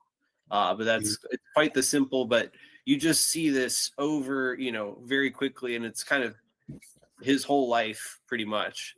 But you could kind of tell that there's plenty of stuff that happened in between that just he doesn't remember because it wasn't important to him. Is it is it that as the fists get bigger and you get closer to the front line, is that, I think you said this, I just want to clarify because I think it's a really cool image. Is that in that same arc of fists get bigger, fight gets closer, and is that the same sort of arc timeline of faces get less distinct and people turn to go? Yeah, exactly. That's fucking great. The better he gets, the less important anybody around him became. Yeah. The less he needs other people to fight monster, the less memorable. Yeah, that's great. Cool. And then when you guys appear, you are actually like, you know, at the point that you're fighting, the battle has become more interesting, and because it's kind of thrown him off with the wells coming back, obviously. You see the wells in the beginning and then the wells right at the end. You guys are still very much more clear compared to a lot more of the comrades so far. That's nice. But yeah, that's just, it's very, you know, very Doom's guy is the perspective that you see. Like, and the music gets louder as he gets older. Yeah, that's I like to imagine it goes from like quiet 8-bit to like the Doom Eternal soundtrack at max volume at the end. Oh yeah, definitely.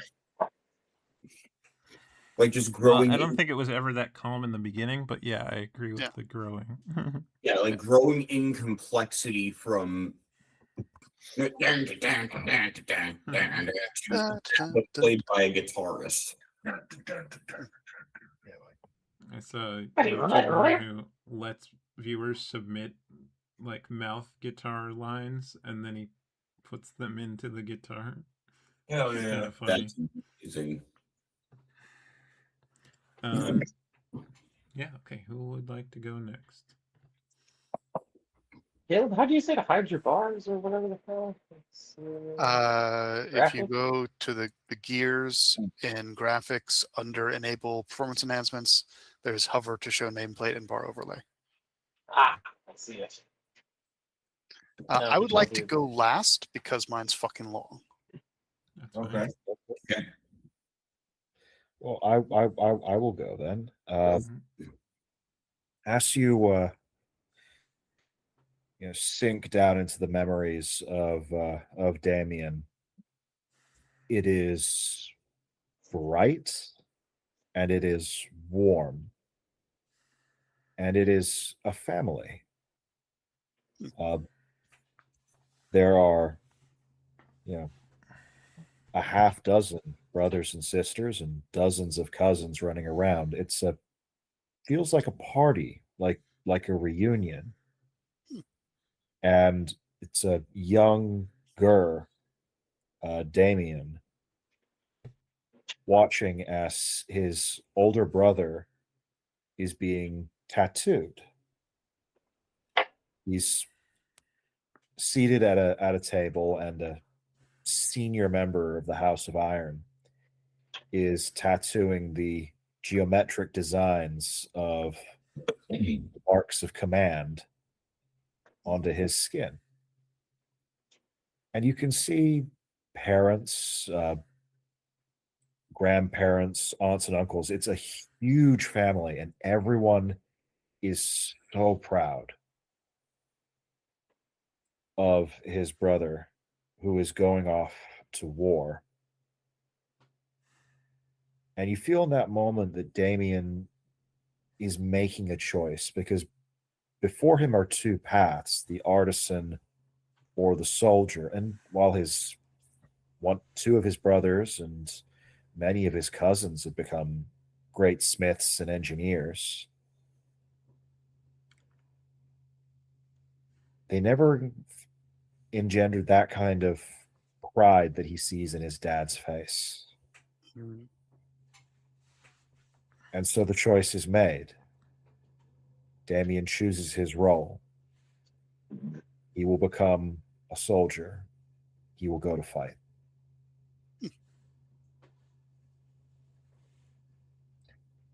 End. And do you think this was during the wartime? This would have been prior to the war. Okay, cool. Yeah, this would have been manning the bastion. This would have been the eradication of the deep orcs who lurk down below. Not the Savage feral monsters who have grown mushrooms on their heads. Yeah, I'm picturing a little bit like Falmer from Skyrim vibes. Yes, that's exactly. Only, massive and hulking. Yeah, bigger. Go. Love it. May I go next? No. Yeah. So it starts a lot like Damien's memory. It's from a first-person perspective. It is bright. It is warm. And as it fades in, it is Edgar dumping holy oil onto the burning corpse of his last family member. As it fades to several hours later, and he's at his door, there's a fellow in leather armor wearing what appears to be some kind of a rabbit's mask, and he goes, "Tough luck. Seems like things are going to be slowing down for your family's headsman business. But I've got some clients, and if you're willing to be quiet about it, I could make it worth your while." And you don't hear Edgar say anything, and it just cuts to him as three men in rabbit masks are now bringing a person with a bag over their head towards Edgar's, what is it, like a stump, I guess?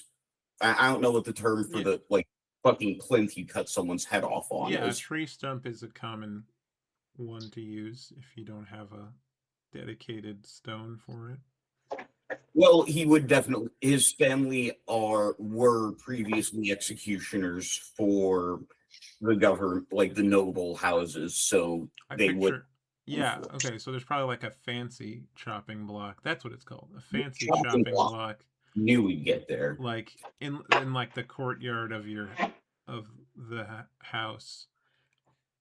It's like the centerpiece of the whole design. It is brings us exactly together. It is what the shaded castle is fucking built around.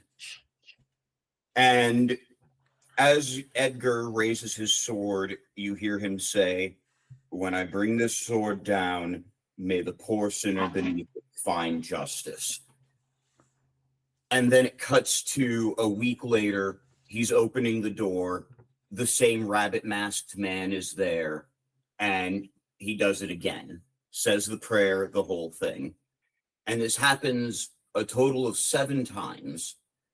By the third time, he's starting to cut the prayer a little bit shorter. By the sixth time, he isn't fucking saying it at all. And after the seventh time, it jump cuts to, you see Edgar without his mask. He's got a long, nasty burn scar down the side of his face, like he cauterized something off of his skin. And he's standing in the mirror doing the opening of Silent Hill 2, like hands on his face, like, what the fuck? And that's where we're going to cut it. Cool. Mhm.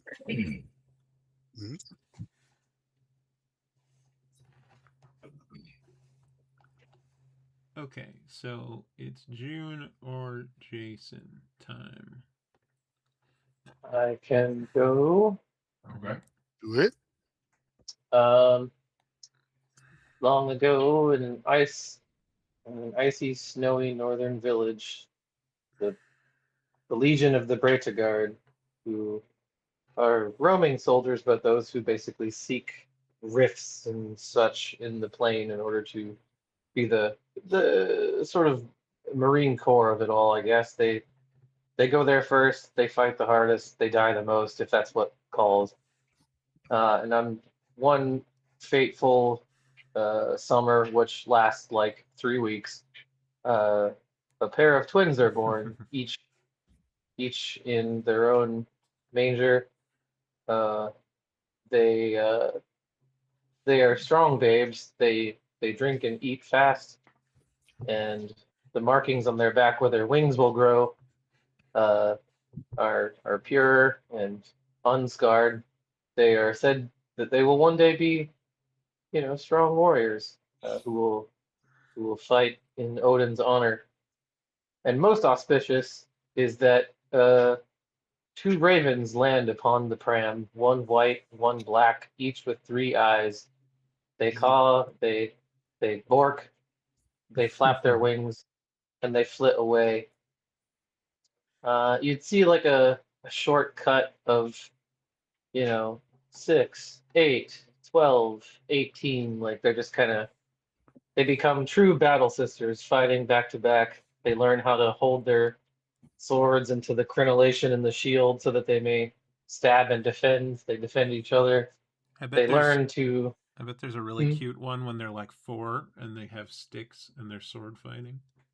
Oh yeah, they definitely their relationship is forged with such activity where someone doesn't block good and the other one chastises her for doing it and she cries and says, "Don't cry, don't cry. You can hit me now." So they basically just go along that route. I like to think that one of the last things you see is like some battle with some nasty boys, some skellimans, and Freya's twin pushes her shield forward and has Furia jump off of it to cleave something in half. Oh, cool. Like they fight better together than they do with any other unit, and that's kind of the problem of a sort, is that they're hard to figure out where to deploy if they're not together, because that's their only weakness, I guess, is that they can't really fit in battalion alignment as well as other soldiers, but they are like uniquely useful for stuff like that. And then I guess they have wings at that point, right? Oh yeah, at that point I think ASMR have them grown, so they're like, these are Valkyrie on Earth, as it were, and I'm sure they would be blessed with occasional being talked at by Odin, maybe. And I don't know. I'd like to think that the last cool thing that I would show is, they are given an order to go seek out an item, an unholy item, and they go into, like, I want you to picture like this mountain cave that a ray of light, like a tube, can fall into, and there's just a mound of rock and snow, and in that rock is like a sword bigger than anyone could wield, and it's like black and nasty looking. And Furia looks at it as if, we ought not touch this, sister. We have found it. We must go back to report. And the twin kind of looks at it and steps forward a couple of times as if in trance, seeing some nasty business of the future. Furia grabs her on the shoulder before she can move another step and says, "It is time to go. We have found the item. I have marked it on the map." And then they just sort of, turn around and head back. And that's the last thing I would want to do today. Cool. It makes me think of the Old Republic cinematic of like the Jedi twins, or they're not Jedi, but whatever they are. Yeah. One getting progressively more mucked up. Yeah, I do like the sort of the repetition of "it is time to go." Yep.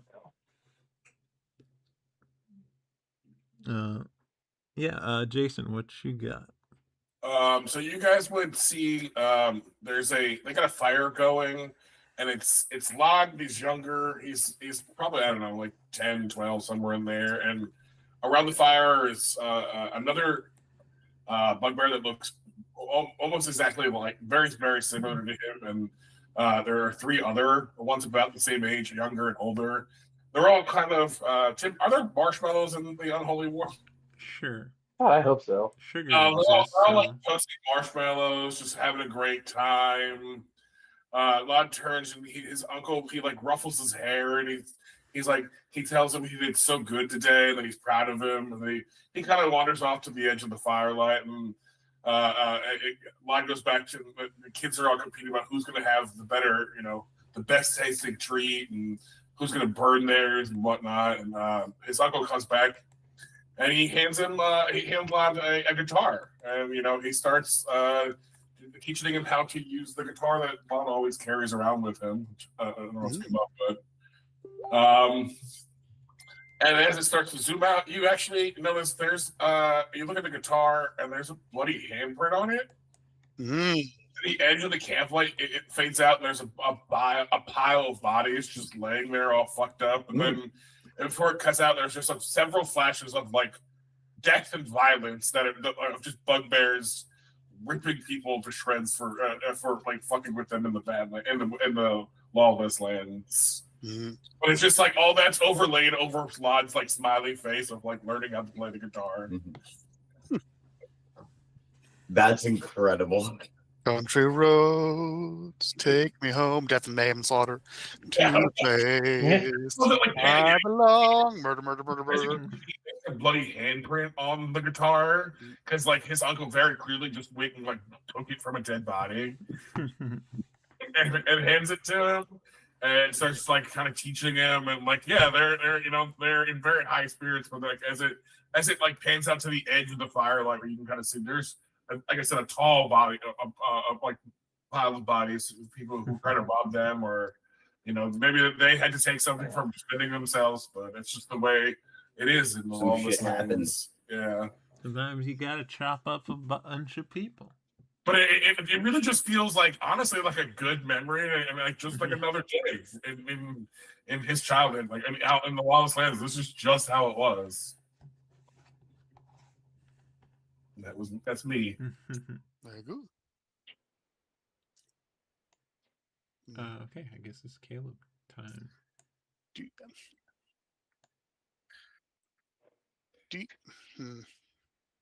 I've lost confidence in this now. Oh no.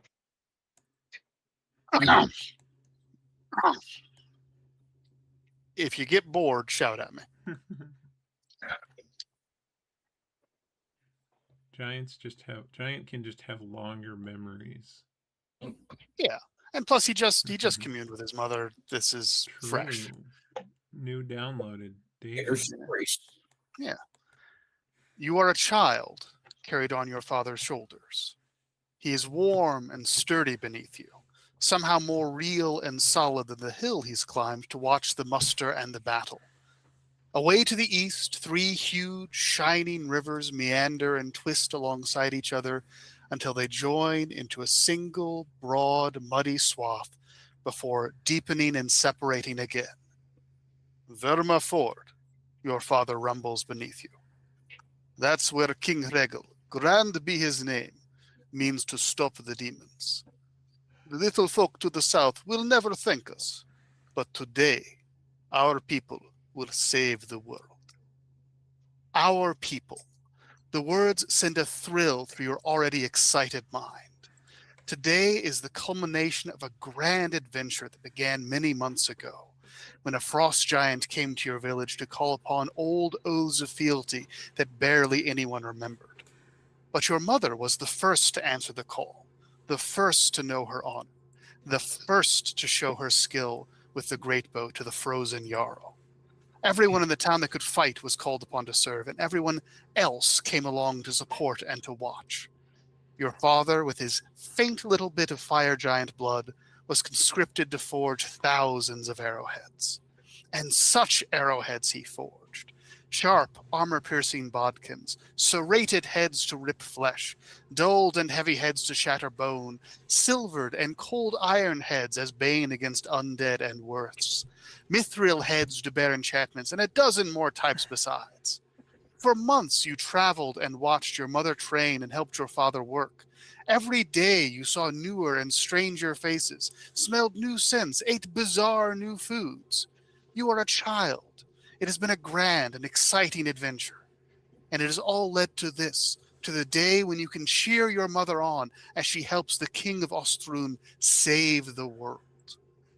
More warriors than you'd ever imagined fill the plain beneath you. Your father points out banners he knows. The hill giant levies, boisterous and undisciplined, but a mighty tide of flesh. The wilder barons, troll phalanx, armored with surtur-blessed steel to guard them from fire, shining adamant crests to warn their enemies that they are unbreakable, and impossibly long spears blessed by the holy ones of all the giant gods. The hovering cataphracts of Mimnor, cloud giants blessed with faster flight than any other creature. On and on your father speaks, about the stone giants below and the experimental ogre legion. But you are a child and lose interest in the names and weapons of strangers.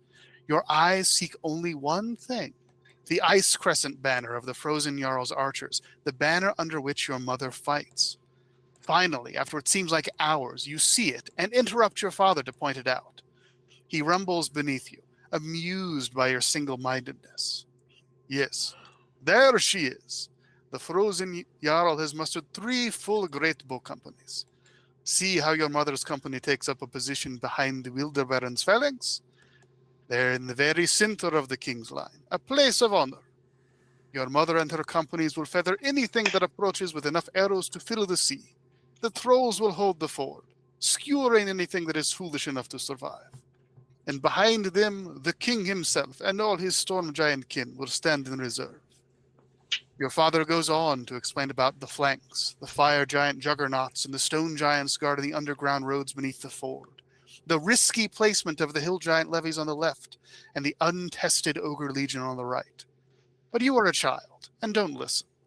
You can only imagine standing beside your mother, a great bow in your hand, saving the world. And then the wind shifts, carrying with it the worst stench you've ever smelt. You can almost feel the rot and putrescence on your skin. Your father's voice goes quiet. It is starting, Kolf. Your father almost sounds afraid, although you don't believe that could be possible. The enemy host shambles forward, the rotting refuse of 1,000 graveyards, towering hulks of stitched-together limbs, and great serpents of bone rearing higher than any giant. And amidst them, jabbering and gambling, walk the demons, great red apes and walking mouths and swirling shadows, and worse still. They reach the ford, and the first volley of your mother's company arcs through the air. Zombies fall and skeletons shatter. Demons howl and perish. But the horde keeps advancing. They enter the ford, and hundreds more perish to your mother's arrows. The trolls clash their long spears together, creating an intimidating cacophony that none of their enemies have the wits to fear. The lines meet, and the enemy horde grinds to a halt. A command is shouted, and the hill giant levies wheel inwards and hurl their boulders. Thousands of stones, each larger than your home, slam into the undead horde. Bones shatter, flesh squelches. An army of soldiers would have broken. An army of devils would have retreated. But the undead continue to advance, continue to grind themselves to paste against the Wilderbaron's trolls. And then came the whistling of the enemy stones. Somewhere, far behind their numberless horde, their trebuchets and guns opened fire. Stones splashed into the river. The Ogre Legion's lines became a bloody mess as fire and iron rained down on them. You watch as King Hregel gives a command to the winds themselves and bids your mother's companies open fire. The king's wind carries your mother's arrow far beyond their normal range, and somewhere behind the enemy lines you can see the flash of lightning. The enemy's artillery falls silent. But soon, bloody chunks of cloud giants begin to fall from the sky, their corpses crunching down on both sides of the river, flattening hundreds on both sides. You look up just in time to see one of the last remaining cloud giants suddenly grow 9 or 10 times larger. Mimnor, whose smile grins at you from your father's gold coins. Mimnor, the smiling father of all cloud giants, has come himself to save the battle in the sky. The winged demons and rotting birds wheel back, afraid to face one of the sons of Anam Allfather. You are a child, and so you believe in your gods. The Wilderbaron's trolls stand firm. Your mother's companies fire volley after volley. Elsewhere along the river, amphibious demons emerge from the rushing water to battle the Ogre Legion and hill giant levies. King Hregel's storm giants move along the rear lines, raining down lightning and thunder upon demons, shoring up the battered legion and the poorly disciplined levies. Mimnor holds the skies. Victory seems assured. You are a child, and you cheer for every volley, every strike of lightning. Your people are saving the world. And it gets even better. The demons on the enemy's right flank, on the other side of the river, begin to fall back in disarray. They're fleeing into the undead horde in the center, slaughtering their own dead troops as they try to run away from something. You strain your eyes, but you can't see what. The Frozen Jarl has more than just archers under his command, your father explains from beneath you, fierce pride in his voice. Last night, he froze a path across the rivers far to the north. He crossed with all his strength and has been marching south all this time to catch the enemy's flank. They didn't expect to have to fight us on their side of the river, too. You cheer as the first rank of frost giants comes into view, but they are not led by the Frozen Jarl as you expected.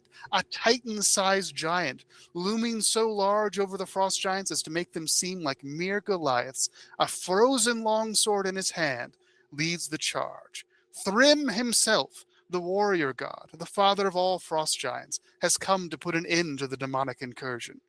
You have a little of his blood in your veins through your mother, and you sing out a battle prayer. You are a child and believe the gods hear prayer.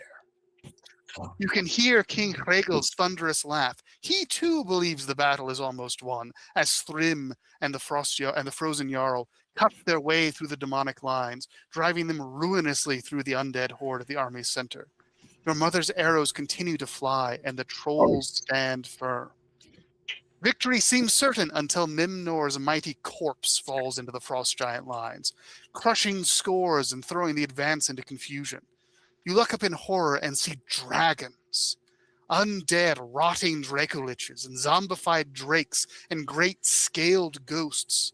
You see an enormous patchwork beast made of a half-dozen ancient worms stitched together with a bank of smoking cannon mounted on its back. King Hregel roars in rage and takes to the sky, his storm giants following him. He carries with him Vedelstrom's ancient and mighty hammer, a weapon of ancient mythical Astoria that was said to shatter the plains themselves. No, my king, do not take the bait, your father shouts. But he is on a hill far away from the battle, and no one hears him except you, and you are only a child and could do nothing. And you do not even understand your father's words. Storm giants love to kill dragons. And look, one of the storm giants in the king's One of the storm giants surges in size, and you watch Stronmaeus himself, the god of the storm giants, wrest 2 ancient Dracoliches from the sky, one rotting neck in each of his enormous hands. Mimnor may have fallen, but the firstborn of Anam Allfather is mightier still. But without the support of the storm giants, the Ogre Legion begins to crumble. The hill giant levies, bereft of enemies since the frost giant advance, grow bored and abandon their position to reinforce the ogres. They cross behind your mother's companies in poor order and kill nearly as many ogre legionaries as demons with their wild charge. To your horror, you see that on the other side of the river, scores of slain frost giants are rising to their feet, their flesh rotting away as they turn on their living brethren. The frozen Jarl, surrounded by his own undead guardsmen, falls.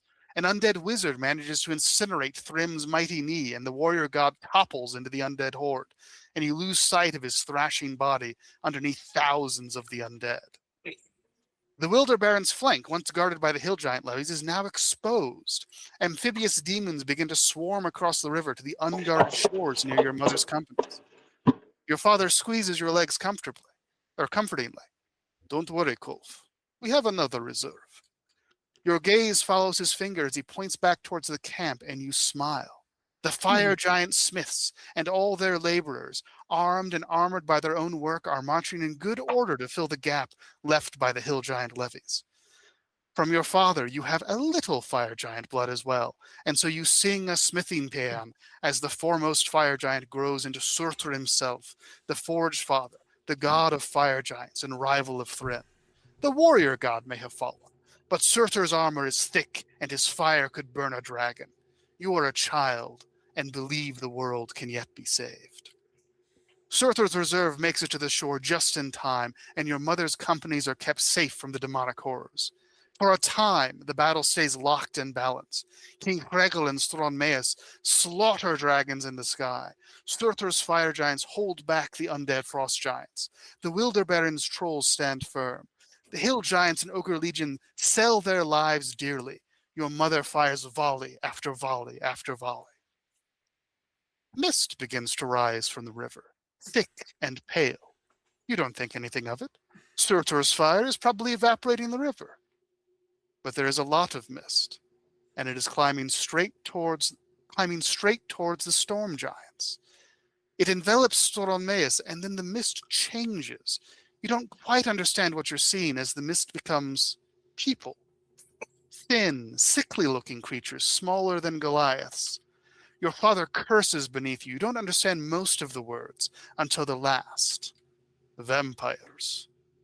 You watch as thousands of vampires drink the blood of the storm giants. Lightning flashes and scores of vampires fall, but as they drink and drink and drink, the lightning grows less and less frequent, the thunder quieter.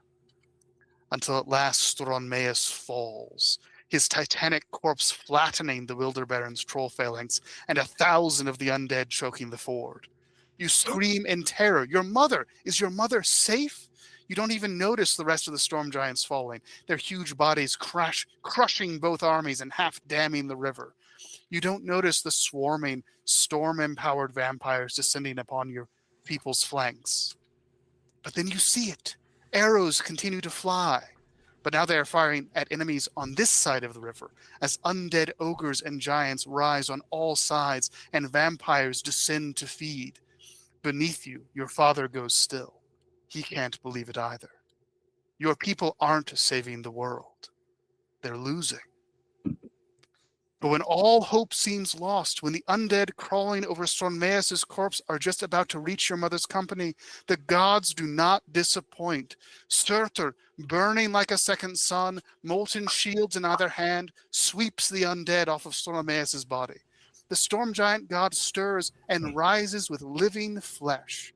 One of his eyes weeps tears, the other blood, but he manages to stand.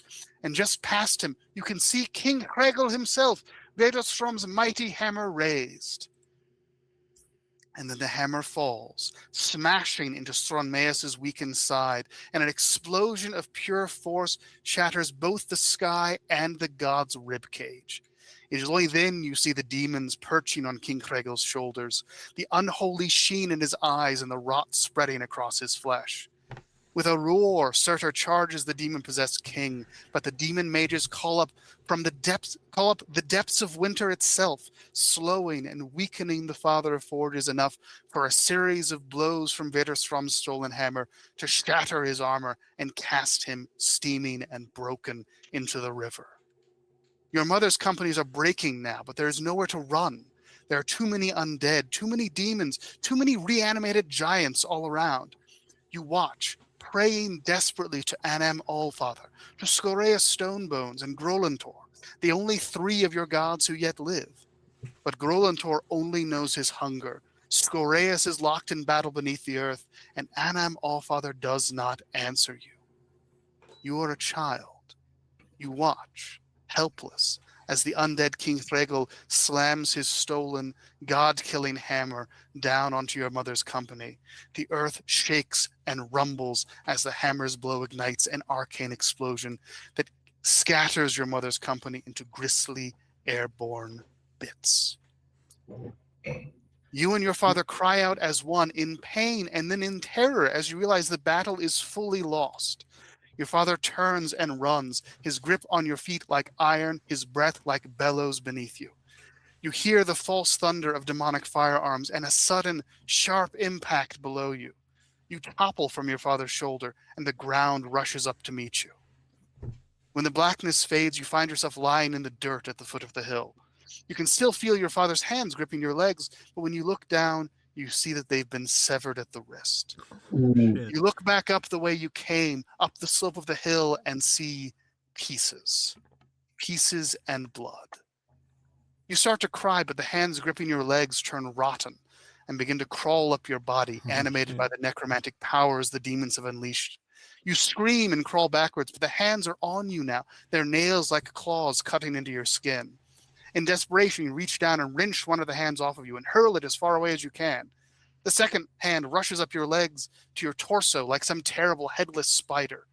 You grab it by 2 of its fingers and pry it off you, but it continues to writhe in your grip. You slam it down on the ground, and by pure luck, smash it down onto a stone. Again and again and again, you beat the crawling claw into the stone until you hear your father's bones break and the hand stops writhing. You throw it away and climb to your feet. You pick up the stone and heft it. You've used it to kill 1 undead already. It will do until you can find a better weapon. You are no longer a child. Holy shit, that was Yeah. fucking awesome. Yeah, that Well, was yeah. good. Yeah, but I have a question. Why aren't you writing books? I did during the pandemic, and no one wanted to publish them, and I'm trying to get back in the swing of that. You should definitely Dicks, I say. self-publish. Nah, that's so much more work. And you have to tell other people that your writing is good, and I can't do that. But It I'm is for glad. others I'm to glad. decide if writing good. Exactly. I'm glad that was not terrible. No, Yeah, that's fuck good. good. It was Are you fantastic, kidding? dude. Yeah. Yeah. Yeah, good job, everybody. Hey. Fuck And, yeah. Yeah. Frog. yeah, but that makes it's helpful to also have more like lore being established, because I've had a very bare bones Mhm. mindset creating this setting. Just like when there needs to be something added, we'll add it. Mhm. Yeah. But so that's I cool. feel that. More background slowly building up. Mhm.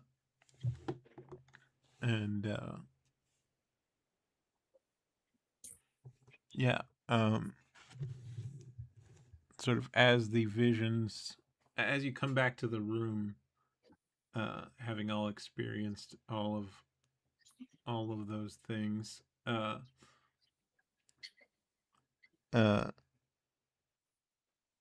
Tatiana definitely looks like just like a little overwhelmed.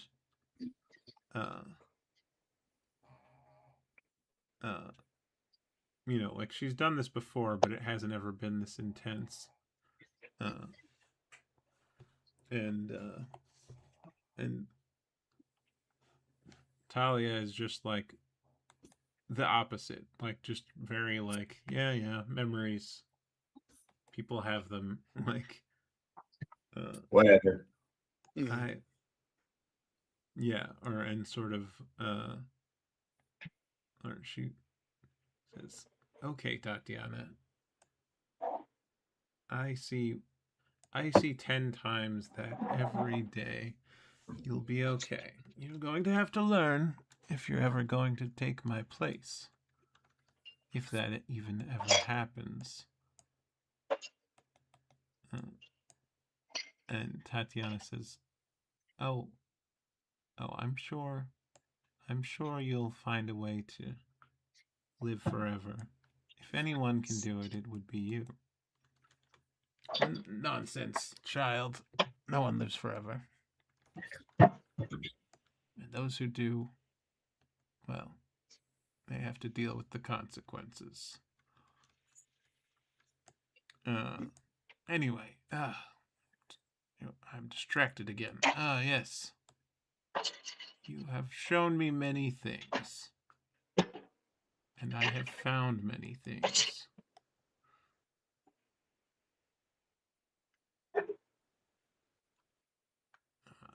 The purification will not work upon you. That's why it didn't. There is demonic energy within each of you now. It has seeped into your souls. Even if you were to remove the material, you are already marked.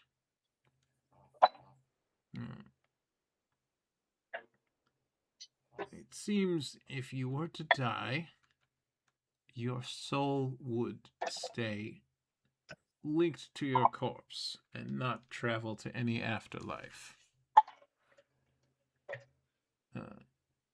And over time would fester, and you would become, well, I don't know, you would become something. So we should not die. Yes, or if you do, we'll burn your bodies in holy oil. Just so. I wasn't planning on dying anyway, so I guess that's cool. Yes, just don't die. Yeah, that was already the plan. See, Edgar not very seriously at this proposition. I've been doing that pretty much my whole life so far. I haven't died yet. Yeah. Don't plan to. Anytime soon, anyway. He come close a couple times, but never quite yet.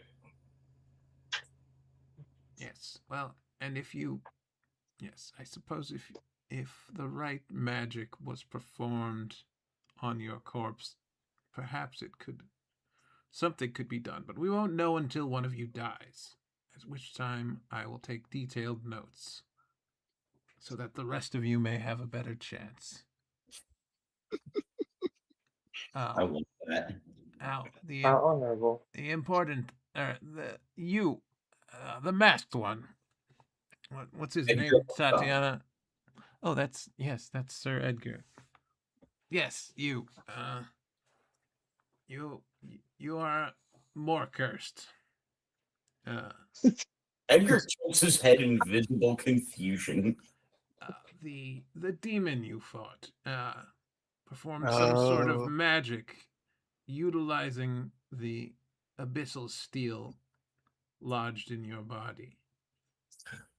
Ew.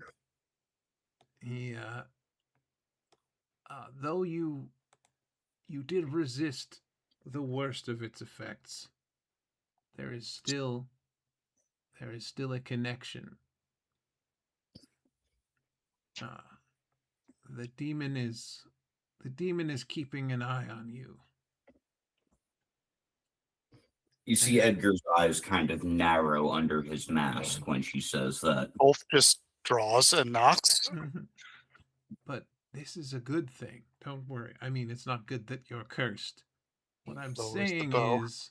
Oh, Caleb, would you be aiming at Rob's character? Yeah. He's got the fucking demon watching him. I think Claude would probably step in front of Rob's character. Oh. Why don't we all settle down? Everybody settle down. We don't know nothing yet. I do not like being watched by demons. Like I was saying, it's a good thing because, well, one, you can't be watched. You aren't being watched actively now in the Arcane Tower. Oh, I have many safeguards in place. But the other good thing is that through your curse, we can find where he's fluttered off to. Hunt. Indeed. And since we are now an independent research team, it will fall to you lot to do the legwork, I'm afraid. But you all wanted to get out there anyway. It's, mutually beneficial in a way. I have legs. Yes. Indeed. Don't lose them. They're very helpful. I love this. That sounds like Okay. you have so many stories to tell. And I think I will leave it there for now so that we can do some flowers and be done by 11. Nice. Oh, hey, Marcellus. Just saw your I- chat. Thanks for stopping in. Good to see you. What up, Marcellus? Hello, Marcellus. But yeah. Go ahead. I do think after the frogging that Kolf will extend a muscly forearm to Scar, which he has not offered to anyone yet. Cool. Guess I'll take it. Good old shake. No words. Upset. Which I think leads into my flowers. I think I love Scar's. Like everybody's frog was great, but I think I love Tom's because it accomplished like the thematic like focus on the fight is the only thing that matters, and you did that in a paragraph, and I took 6.5 pages. So it's just super effective, super thematic. Loved it. Fantastic. For myself, I loved using Sir Roderick's stolen gold for all the people that weren't willing to take it. Like, turns out all it takes is time, and suddenly the crime goes away. It's convenience. You're missing convenience. Yeah. I suppose since maybe I'm using the money to buy them things, so they don't have to touch the stolen goods. But yeah, It helps. It definitely helps. Well, I enjoy the simplicity of Scar and just like I think it's really fun to play a character that's just has a very clear objective that aligns with the party, but everything else is just kind of like, and he's gonna be there and intense about it. But I just think it's very fun to have that contrast between everything else being very thematic. But I mean, my flowers would go right back to you. It's like the with that simplicity, I also very much appreciate the lore building of like learning about how we've gotten bits about gods and stuff, but this is there's some gods that really did try. That's fucking awesome. In my brain, there's a wiggle room because I asked him if the gods were like blocked at the time this would have happened, and he didn't answer. So maybe Anam's the only one that's actually a god, and the rest are like just demigods. So they're like active. I don't know. There's wiggle room metaphysically, I think. Yeah, they could be aspects too. Yeah, it could be. And there's a lot of things that could be. Yeah. There was also like a 3rd edition spell that just like Holy Might or something that just made you bigger and holier. So it might have just been people casting that, or it could have been fucking Thrym eating shit. Who knows? It's also my favorite theme of like an army fighting a zombie army is that your best fighter, you get them in there and then they fall and then get right back up and then they're not on your team anymore. Like it's it added so much of a a sense of, oh shit, no, oh yep, this is turned. This is and I appreciate it. I found it very the more I heard, the more I wanted to know. Agreed. Yeah. Thank you. I'd read that novel. I think Well, we will. I'll do you one better. You can play the D&D Yeah. campaign. Um, No reason to write a novel. We're gonna find out with dice. And If- fun if- times. I guess if Caleb and Tom have both gone, I would love to go next. Sure, Sure. go for it. I had a lot of fun coming up with Vlad's vision because I originally it would have, if I hadn't said anything and just did the donut thing without telling anybody, I think it'd have been fucking hilarious. But even Tim had suggested, I think it was Tim last night, suggested maybe being like, hey, show how dangerous the lawless lands actually could be and how dangerous his life was growing up. And I was like, I was I like, can see both. yeah, I was saying juxtapose. This is just a Thursday with extreme violence. Yeah, That was very strong. I kind of went both because I was trying to start with the whole family image and then have the darkness be around the peripheral. Yeah, it zooms out. I'm gonna give my flowers to June because I didn't realize your character was also a twin. Yes. Yeah. So twinsies, I Lana's a twin. So Ooh. Maybe you're each other's twin. no. Alas. Yeah. When I like, as much as Scar's simplicity and here are the two intersecting things were great. Like the juxtaposition of bloody handprint on guitar, Country Roads Take Me Home, incredible violence, also very good. Yeah, that's what I was going for. I was like, I'm gonna channel my my inner Criminal Minds opening a shot of the episode. Yeah. Or that would make a great video game trailer. Yeah. Yeah, that's June, I think. Yeah, June to me. Yeah, my frog is chapter 1 of I'm not sure how many, but when I first built Furia, I was on a call with Tim, so we have this pretty cool situation that will eventually be revealed. It was really nice to just have this I like the idea that the Breita Guard I've turned into some sort of Marine Corps element where they just sort of we are first to battle and we are last to leave. And then having a pair of armored angelic sisters, just I made some battle sister stuff. It was pretty fun. Hell yeah. Yeah, very cool, very flavorful. I also like the way you ended it. Clearly tells us that you have more to tell us. Right. Yeah. So also the absence of the sister also says a lot. Yeah. Yeah, doesn't it? Yeah. We knew you cried out her name during your level up thing, but we didn't know that she was your twin. And now we have an idea that maybe she gets corrupted by evil Megazord. I forgot if I named her also. You I need put to it make a in name chat. for it. Yeah, you put. So- I did? Atreya? Okay, good. Uh, Oh yeah, Atria. Yeah, that's right. Or Atreya. Yeah, that also works. Atreyu, I think. I feel like in character, June, at some point we should remember to have a conversation about us both knowing that we're twins now, and I think that should Yeah. be one Yeah. conversation. That's, Yeah, that'd be fun. That's cool. I guess you should probably be prepared for the fact that I may not want to join the Sisterhood of Traveling Pants of Twins with you quite. Well, that's I what'll make it interesting. I completely understand. We may have very different experiences of being twins, Right.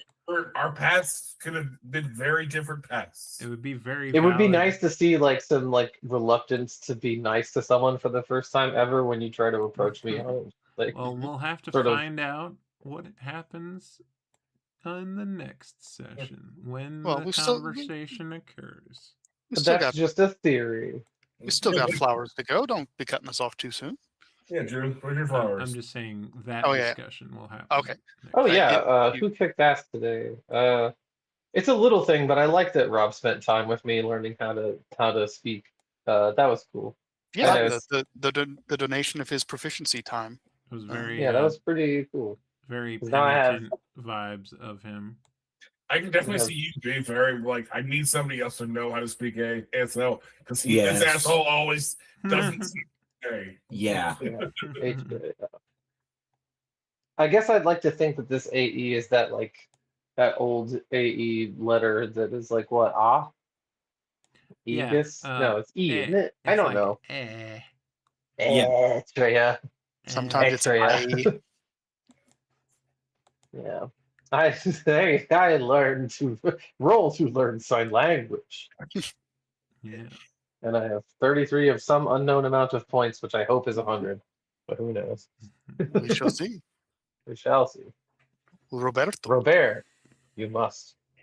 Yes. So for myself, I was pretty pleased with the 7 crimes of Edgar Murray. I came up with Mm, last Mhm.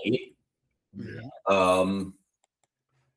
I thought that was a lot of fun to put together, and I appreciate that Tim did that. For someone else, trying to think of moments that haven't been specifically shouted out yet. But it's a bit of an everyone cop out, but I'm specifically thinking of Tom and June's moments with this, but I liked how everyone illustrated themselves training in a new skill. I thought that was I thought that little detail showed a lot of character personality, and I really liked that. Yeah, that's very valid. I also got to get some little moment of where Caleb pulled the arrow, and I was just like, hold on. Yeah, that was good That was logic. good. I was like, this is my friend. Come on, everybody, calm down. Oh, Like being watched by He's demons. got a little demon in him. Who doesn't? All right, come on. I mean, Well, apparently yeah, we no all do. one in this Yeah, this room thing- I got that has a dog in leg me. to stand on. But he's extra cursed, so maybe he die Yeah. first. Or maybe he's working with the demons. It's possible. I was gonna I say, mean, guys, first every time Rob talks about Sir Edgar's background and like executing people in the family courtyard, I have flashbacks to that fucking poison-filled castle in Elden Ring. Yep. And the first time I found that NPC with all the statues, Oh yeah, he fucked me up so bad first time I saw it. So Caleb, it will make you feel better to know that is the sibling that Edgar was burning at the start of Oh, the game. I'm glad you were burning him. He needed to die. Yeah, no, he went crazy, and Edgar had to cold cock him, kill him himself, and then throw him on the fire. This was good. This was back before they found a stable cure for abyssal plague. So the cure was burn the shit out of people with it. Yeah. And that's also why Edgar has that burn mark on his mouth. He cut that shit out fast. Very cool. Very cool. Uh, I think that leaves us with the flowers of God. Yeah. Yeah, I'm trying to think. Everyone said a lot of good things. I guess I can do my own thing. I liked introducing a training mechanic. I didn't really plan to do it, but I always have fun with those as a player, and I like rewarding the choice to role play something and to, like, you know, if you keep bringing it up and keep tracking it and stuff, it's like, yeah, you get the reward. Yeah.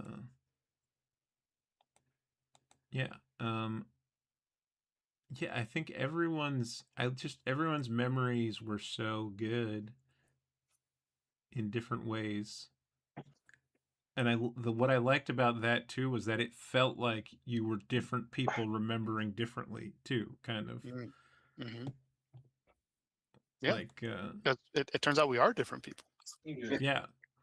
So it's like I get diverse perspectives. Yeah, it just felt like, you know, it just felt like, your minds went in slightly different ways, and made it feel kind of like being just sort of lost in a, or not lost, but like caught up in a joined memory spell. So, like sometimes it's fragmentary, sometimes it's an extended narrative, Yeah. and yeah. So just flowers to everyone. That's I'm gonna do the lazy version. It's valid and good. Especially as a DM, I get it. I get it. You're like, everyone did so good tonight. I don't want your favorite. Well, and I mean, there are times when it's like this is like a shining moment that was the funniest or coolest or whatever that pops in my head, but then sometimes it's just like everyone did good. It was like just consistently cool content. Well, and I'm glad that I didn't have. If we hadn't done the frog stuff, I didn't have enough prepared, basically. Oh, don't worry. So I always. You figured it out. It's a great. Frog will cover a multitude of preparations. It's a great DM trick, and I'm glad we created it together. Hey, thanks for venting at June. You're real smart and cool. You are real smart and cool, June. Good job. Hell yeah. And I no one remember in else. Star Wars that one time just being like, I don't know enough about you people. Let's just do a workaround. Also, I feel like shopping is always a good way to kill time too. Yeah, we did a bit of shopping. On that note, I think your just decision to make silver platinum, A+. Love that. Great world build. We're doing Miles' game next week. Or this theory. It depends on whether or not he's still alive after his mega week. Yeah, that's what should be happening. But if it's not, I will probably be able to run again. Oh fuck yeah! Either way, there will be content either way, and it will be fun. Dice will roll. Yes. The week after that, we will be in New Jersey. That's true. That's true. So we'll be then me and Rob will be with Tim playing D&D. Yeah. On Wednesday night for St. Tim's Day. Nice. But yeah, I guess that's it. So we wind down the stream. We hope you had fun. Hope you're able to laugh, even if it was at our expense. We hope that if anything's weighing on you, it feels lighter after hanging out online with friends. And until next time, bye. Bye. Goodbye.